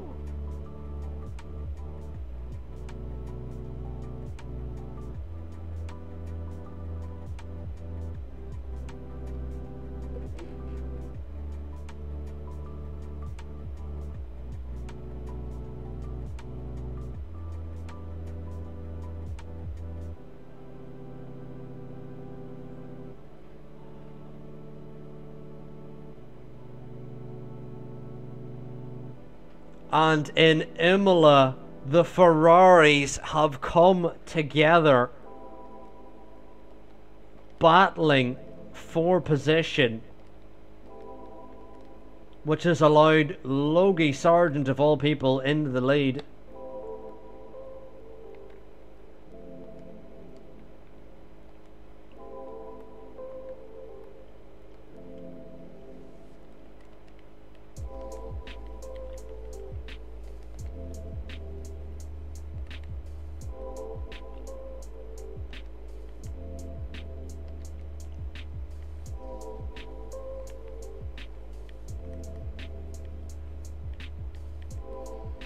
And unbelievably, our drivers 1 and 2 are now 19th and 20th, and already the red mist is showing.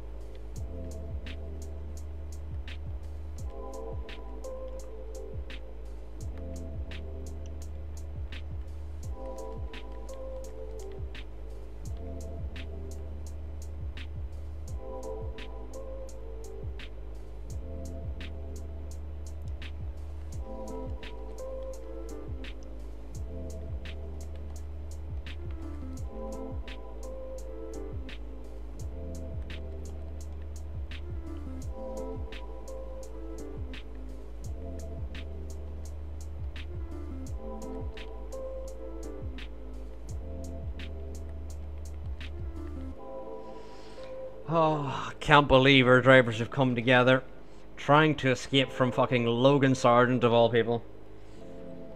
Oh my lord.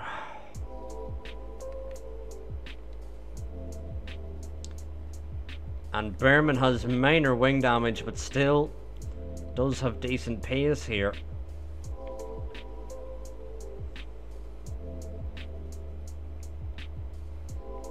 But this may be one of the most disgraceful Italian Grand Prix we've had in quite some time, with our drivers coming together.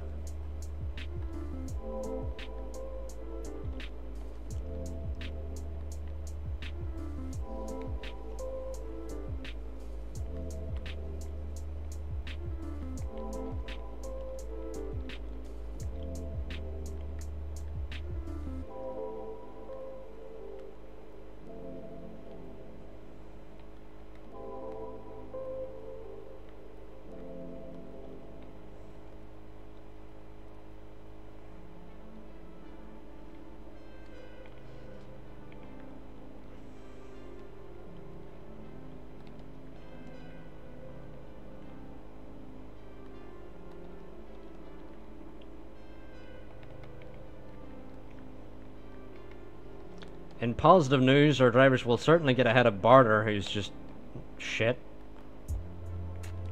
But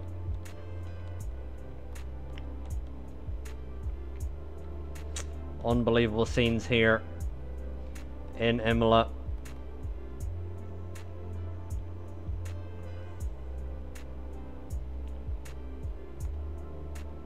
And Behrman sends it on. Barter.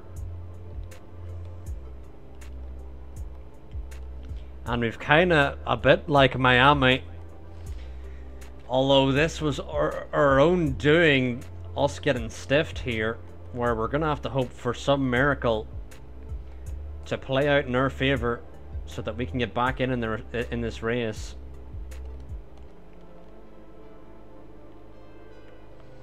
Because Behrman has to get in and potentially fix his wing damage, although he is keeping good pace with Pourchaire, so I wouldn't be too worried at this stage. The fact that he's just holding on to Pourchaire now.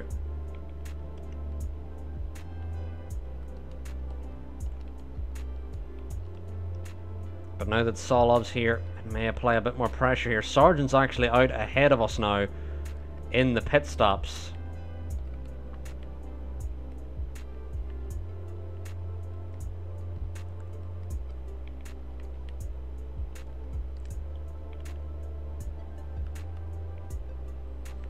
We're just really trying to be a moving bollard for the cars behind before we box onto mediums ourselves. I don't really think we're going to have the opportunity to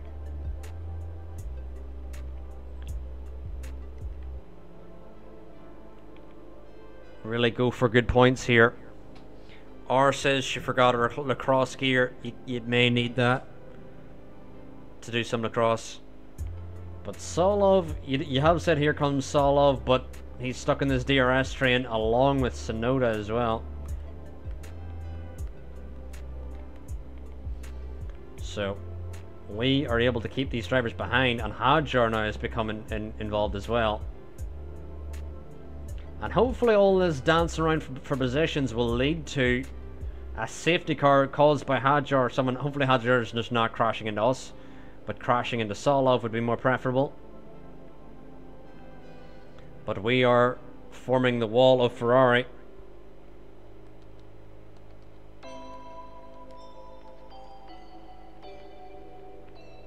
Which is just making this a bit easier.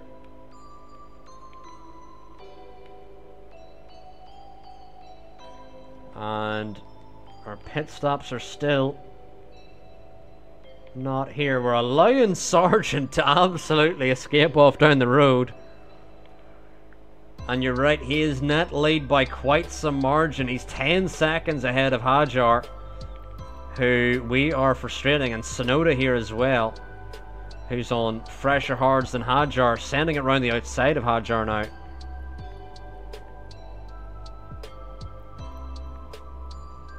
And Sonoda unable to get past Behrman or Pourchaire. But finally now finds the grip to get past, and is going to get past Porcher as well here.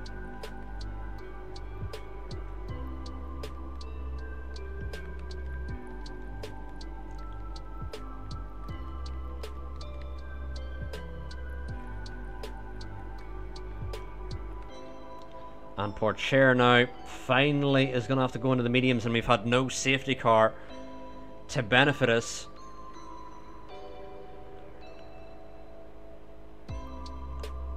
I'm not sure, Sean, if Williams have won before. I think they may have. Porcher now coming in. Behrman still has the DRS, so is going to be able to keep Hadjar behind for another lap.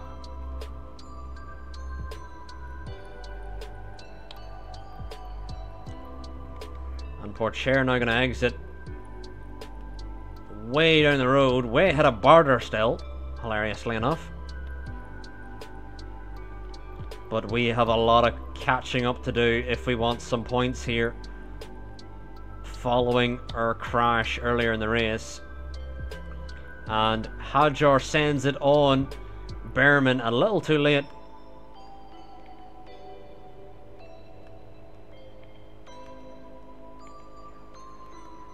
And Behrman finally in for his stop.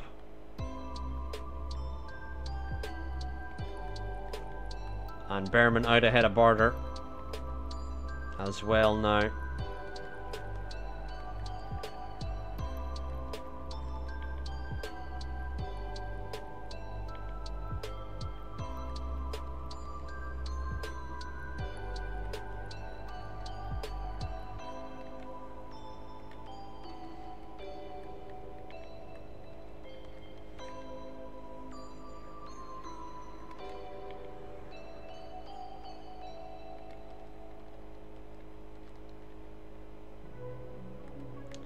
Who's Porcher next to? Gautier? Let us make sure that move gets sealed very quickly. And Montoya's here as well. Alright, we really got to head after Montoya because Montoya's on the fresh mediums, same as us. So we have to stay with him.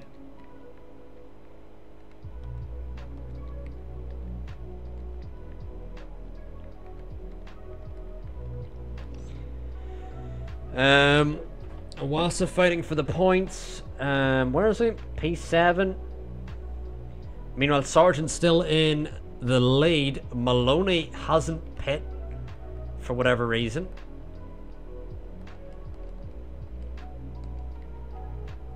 Yellow flag. What for? Car has spun. That's not a safety car. We would like a safety car. Tersu spins and ropes for Tersu as Tersu's going to exit following that spin under pressure from Porcher and Montoya. Why does Porcher not have DRS? What sense does that make?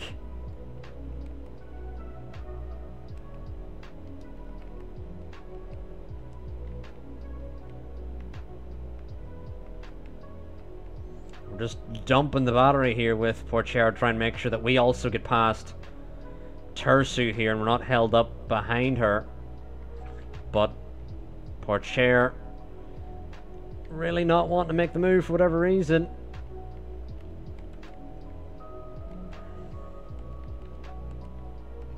He's now going to have to harvest behind Tersu.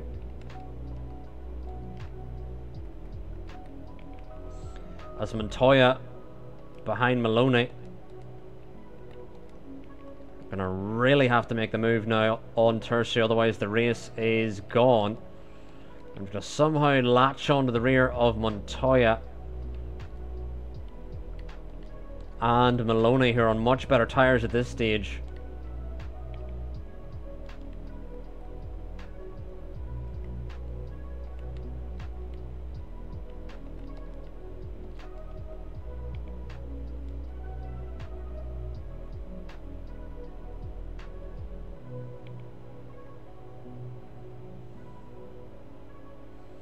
Another yellow flag out. Not going to be a safety car though, because why would a safety car happen when we need it? Tursu again, just running wide.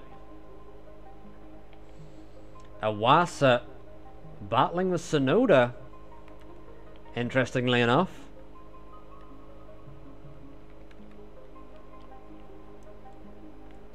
As Maloney now looking on Verschoor, and we've now got to make moves as well here because we cannot be trapped behind Verschoor, because Maloney's going to surely escape down the road.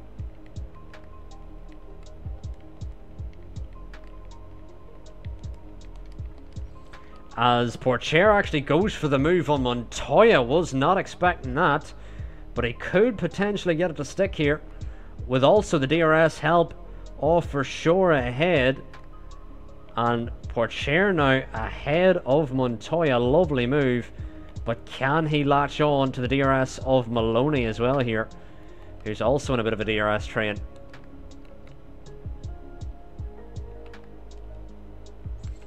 And he is now.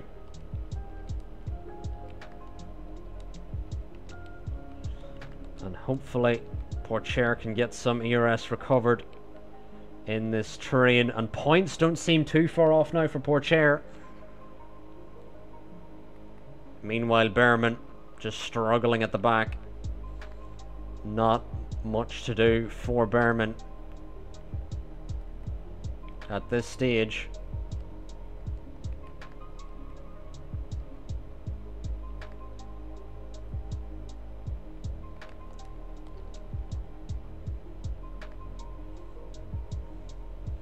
$15 laps to go. Points are in sight, but will we be able to get through? Okay, that's interesting. O'Sullivan now holding up Porcher.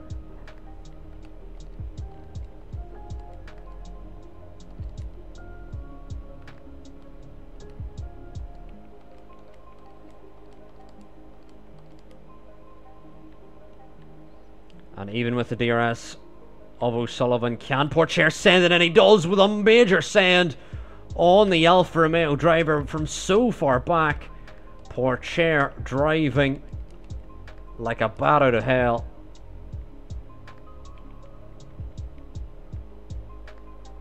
And has Bogdanovic next.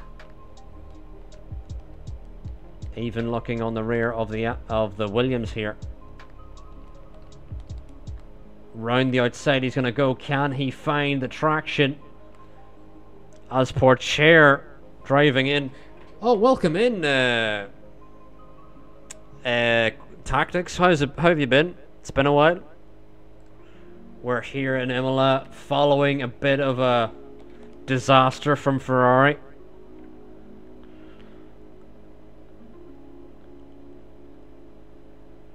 Yeah, Porcher just goes for dive bombs all around. What have I missed Sean saying?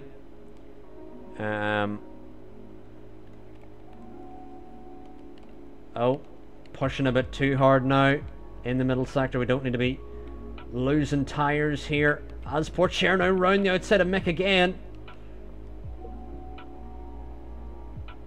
And maybe we can use a bit more tyre. Just get this move done.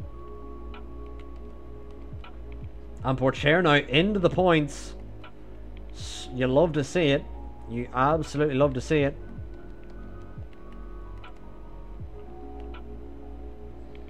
And Lawson ahead now.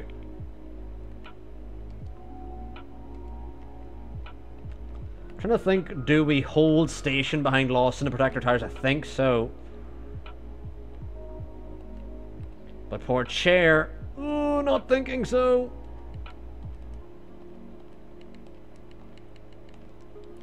I think we just got to hold position. Now I think P9 is realistically the best we can get on our tires with Porcher now.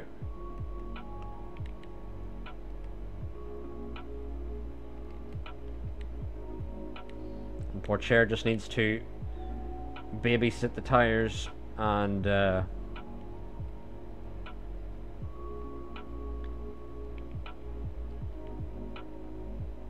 get his ERS back here as he defends from Mick Schumacher as well.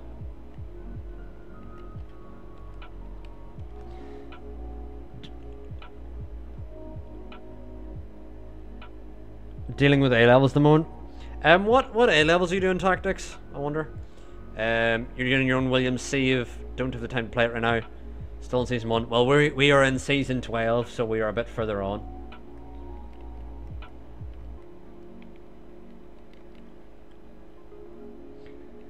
Hadjar, although Hadjar could have and should have been P2, shot and instead is now fighting over P5. So, how much credit can you give him, really? Oh, I have spotted something. Piastri struggling on those old hards. We now need to get past Lawson before Lawson can use the DRS on Piastri. We need to give everything to get past one or both, and Pourchaire round the outside of Lawson now, going for the move. Can he get the move to stick? He's got the DRS. And round the outside on Piastri. Pourchaire now into P8, which didn't really seem an option earlier in the race. And Lawson's now going to give us... Oh, I was about to say... Lawson's going to have a trouble getting past Piastri, but with a lovely send. Lovely switchback. He is going to find a way through.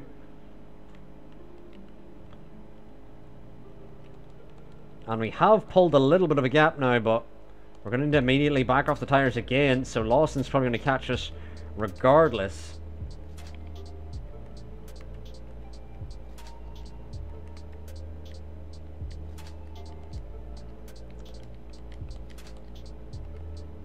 But it is the fastest lap for Pourchaire. I was actually going to box for the fastest lap for Behrman, but now that Pourchaire will actually get a point from it, we won't do that.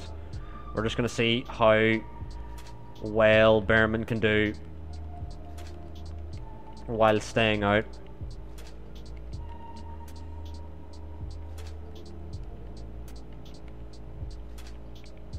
We're okay with Lawson being here, but we're gonna need to conserve the tires for sure. Definitely gonna need to conserve the tires.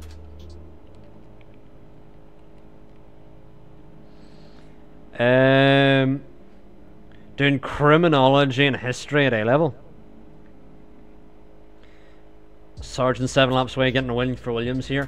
We'll have to check if this is the first win for Williams. We've definitely had the first win for Haas on this save in Spain with Rashore.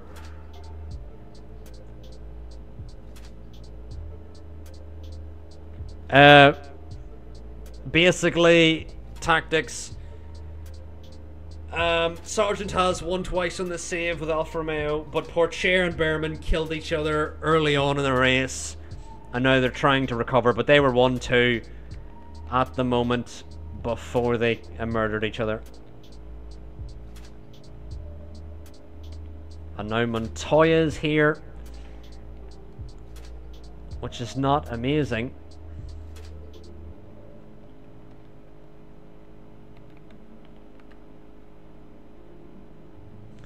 But those two are fighting over who gets to get past Pourchaire first.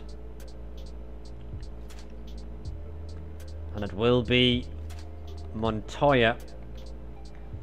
And as long as we can conserve our tyres until the end,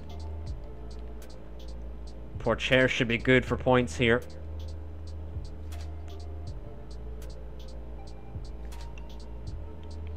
And with 3 laps to go, Logan is on for the win.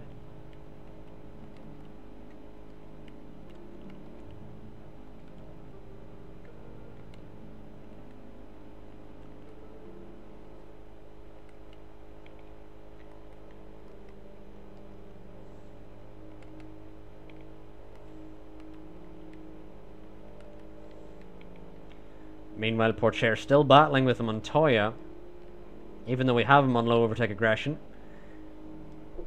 Pourchaire says, "What is that?"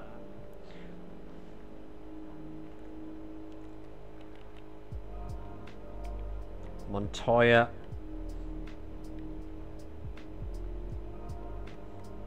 unable to get the move.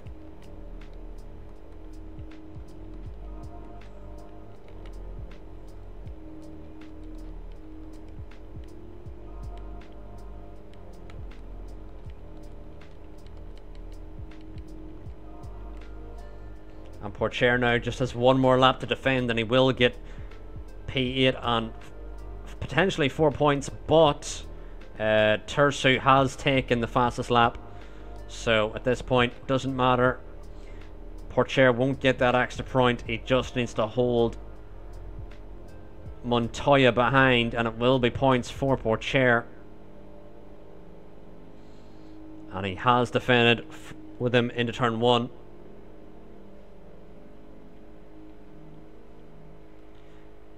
Williams summarized 14 points. Sargent scored 1 with Albon on 13. Wow. Impressive for Williams in the first season.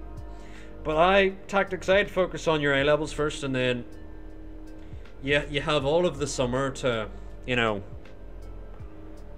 you have a long summer to stream and whatever.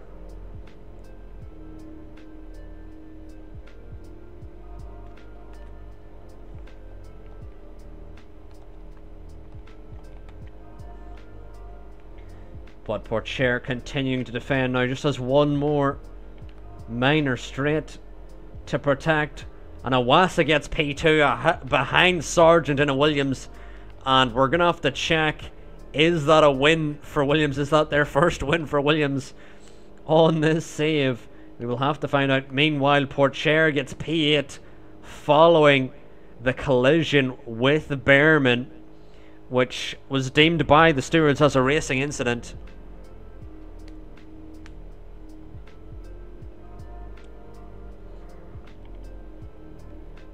But a dramatic race there, and in Imola, the Ferrari fans, the Tifosi, will not be too happy at all. With Sargent winning, Iwasa getting P2, and our best finish being Porcher with 4 points. But Porcher takes the championship lead, finishing P8 there. And that is how close it has been between these two drivers. Meanwhile, Iwasa gets another podium this season and is only 10 points behind Behrman. So I wonder, will Porcher and Behrman, will their fighting end up resulting in Iwasa getting his first championship? We'll have to stay you'll have to stay tuned to see whether that happens or not. But we actually missed out on one of our bonuses because both drivers did not finish inside the top 10 due to, I don't know, a bit of a crash. Meaning Behrman was unable to finish inside the top 10. But very touchy, I'm sure it'll be between these two drivers as we'll head into Monaco next.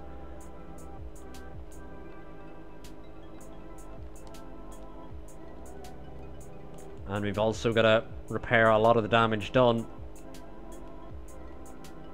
in last weekend. Most importantly, the front wing of Behrman that needs completely replaced.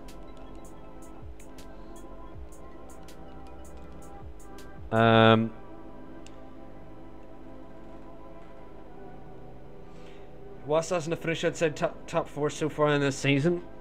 Can't relate with Ferrari. We have been a bit all over the show. We've been good and bad. Not very consistent, I would have to say. It's a bit different from Leclerc, having Leclerc who would just win all of the races. Now we have drivers who will either win or completely fuck it, it seems.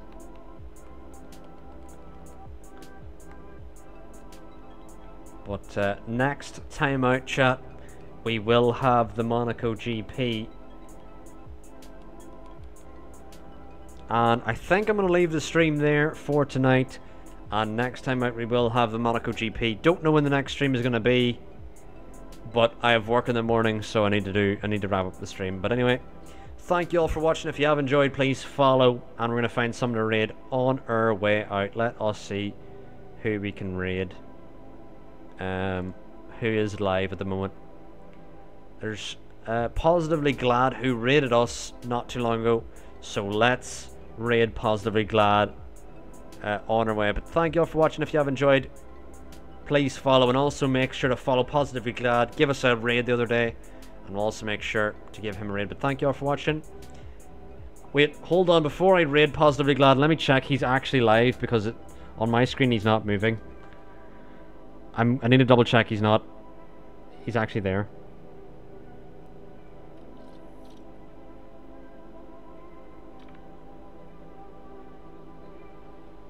Is he there? Someone said bye. I think he's ending his stream. He's ended his stream. Okay. Good, we did that. He ended his stream. Let us raid someone else. That would have been poor timing if we just raided him there. Let's raid. Let's see. Who can we raid? Let us raid Bazinga. Let's see. Does it let us raid Bazinga? It does. Alright, let's raid Bazinga, who's doing some pro clubs. It's just funny how we can raid Bazinga. But anyway, thank you all for watching. If you have enjoyed, please drop a follow. Also make sure to follow Bazinga on your way over. But I'll be back sometime. I'll be back definitely Saturday with WHF round 3 in the main mystery month. But until then, see you then. I might be back Friday, we'll see. But anyway, thank you all for watching and goodbye.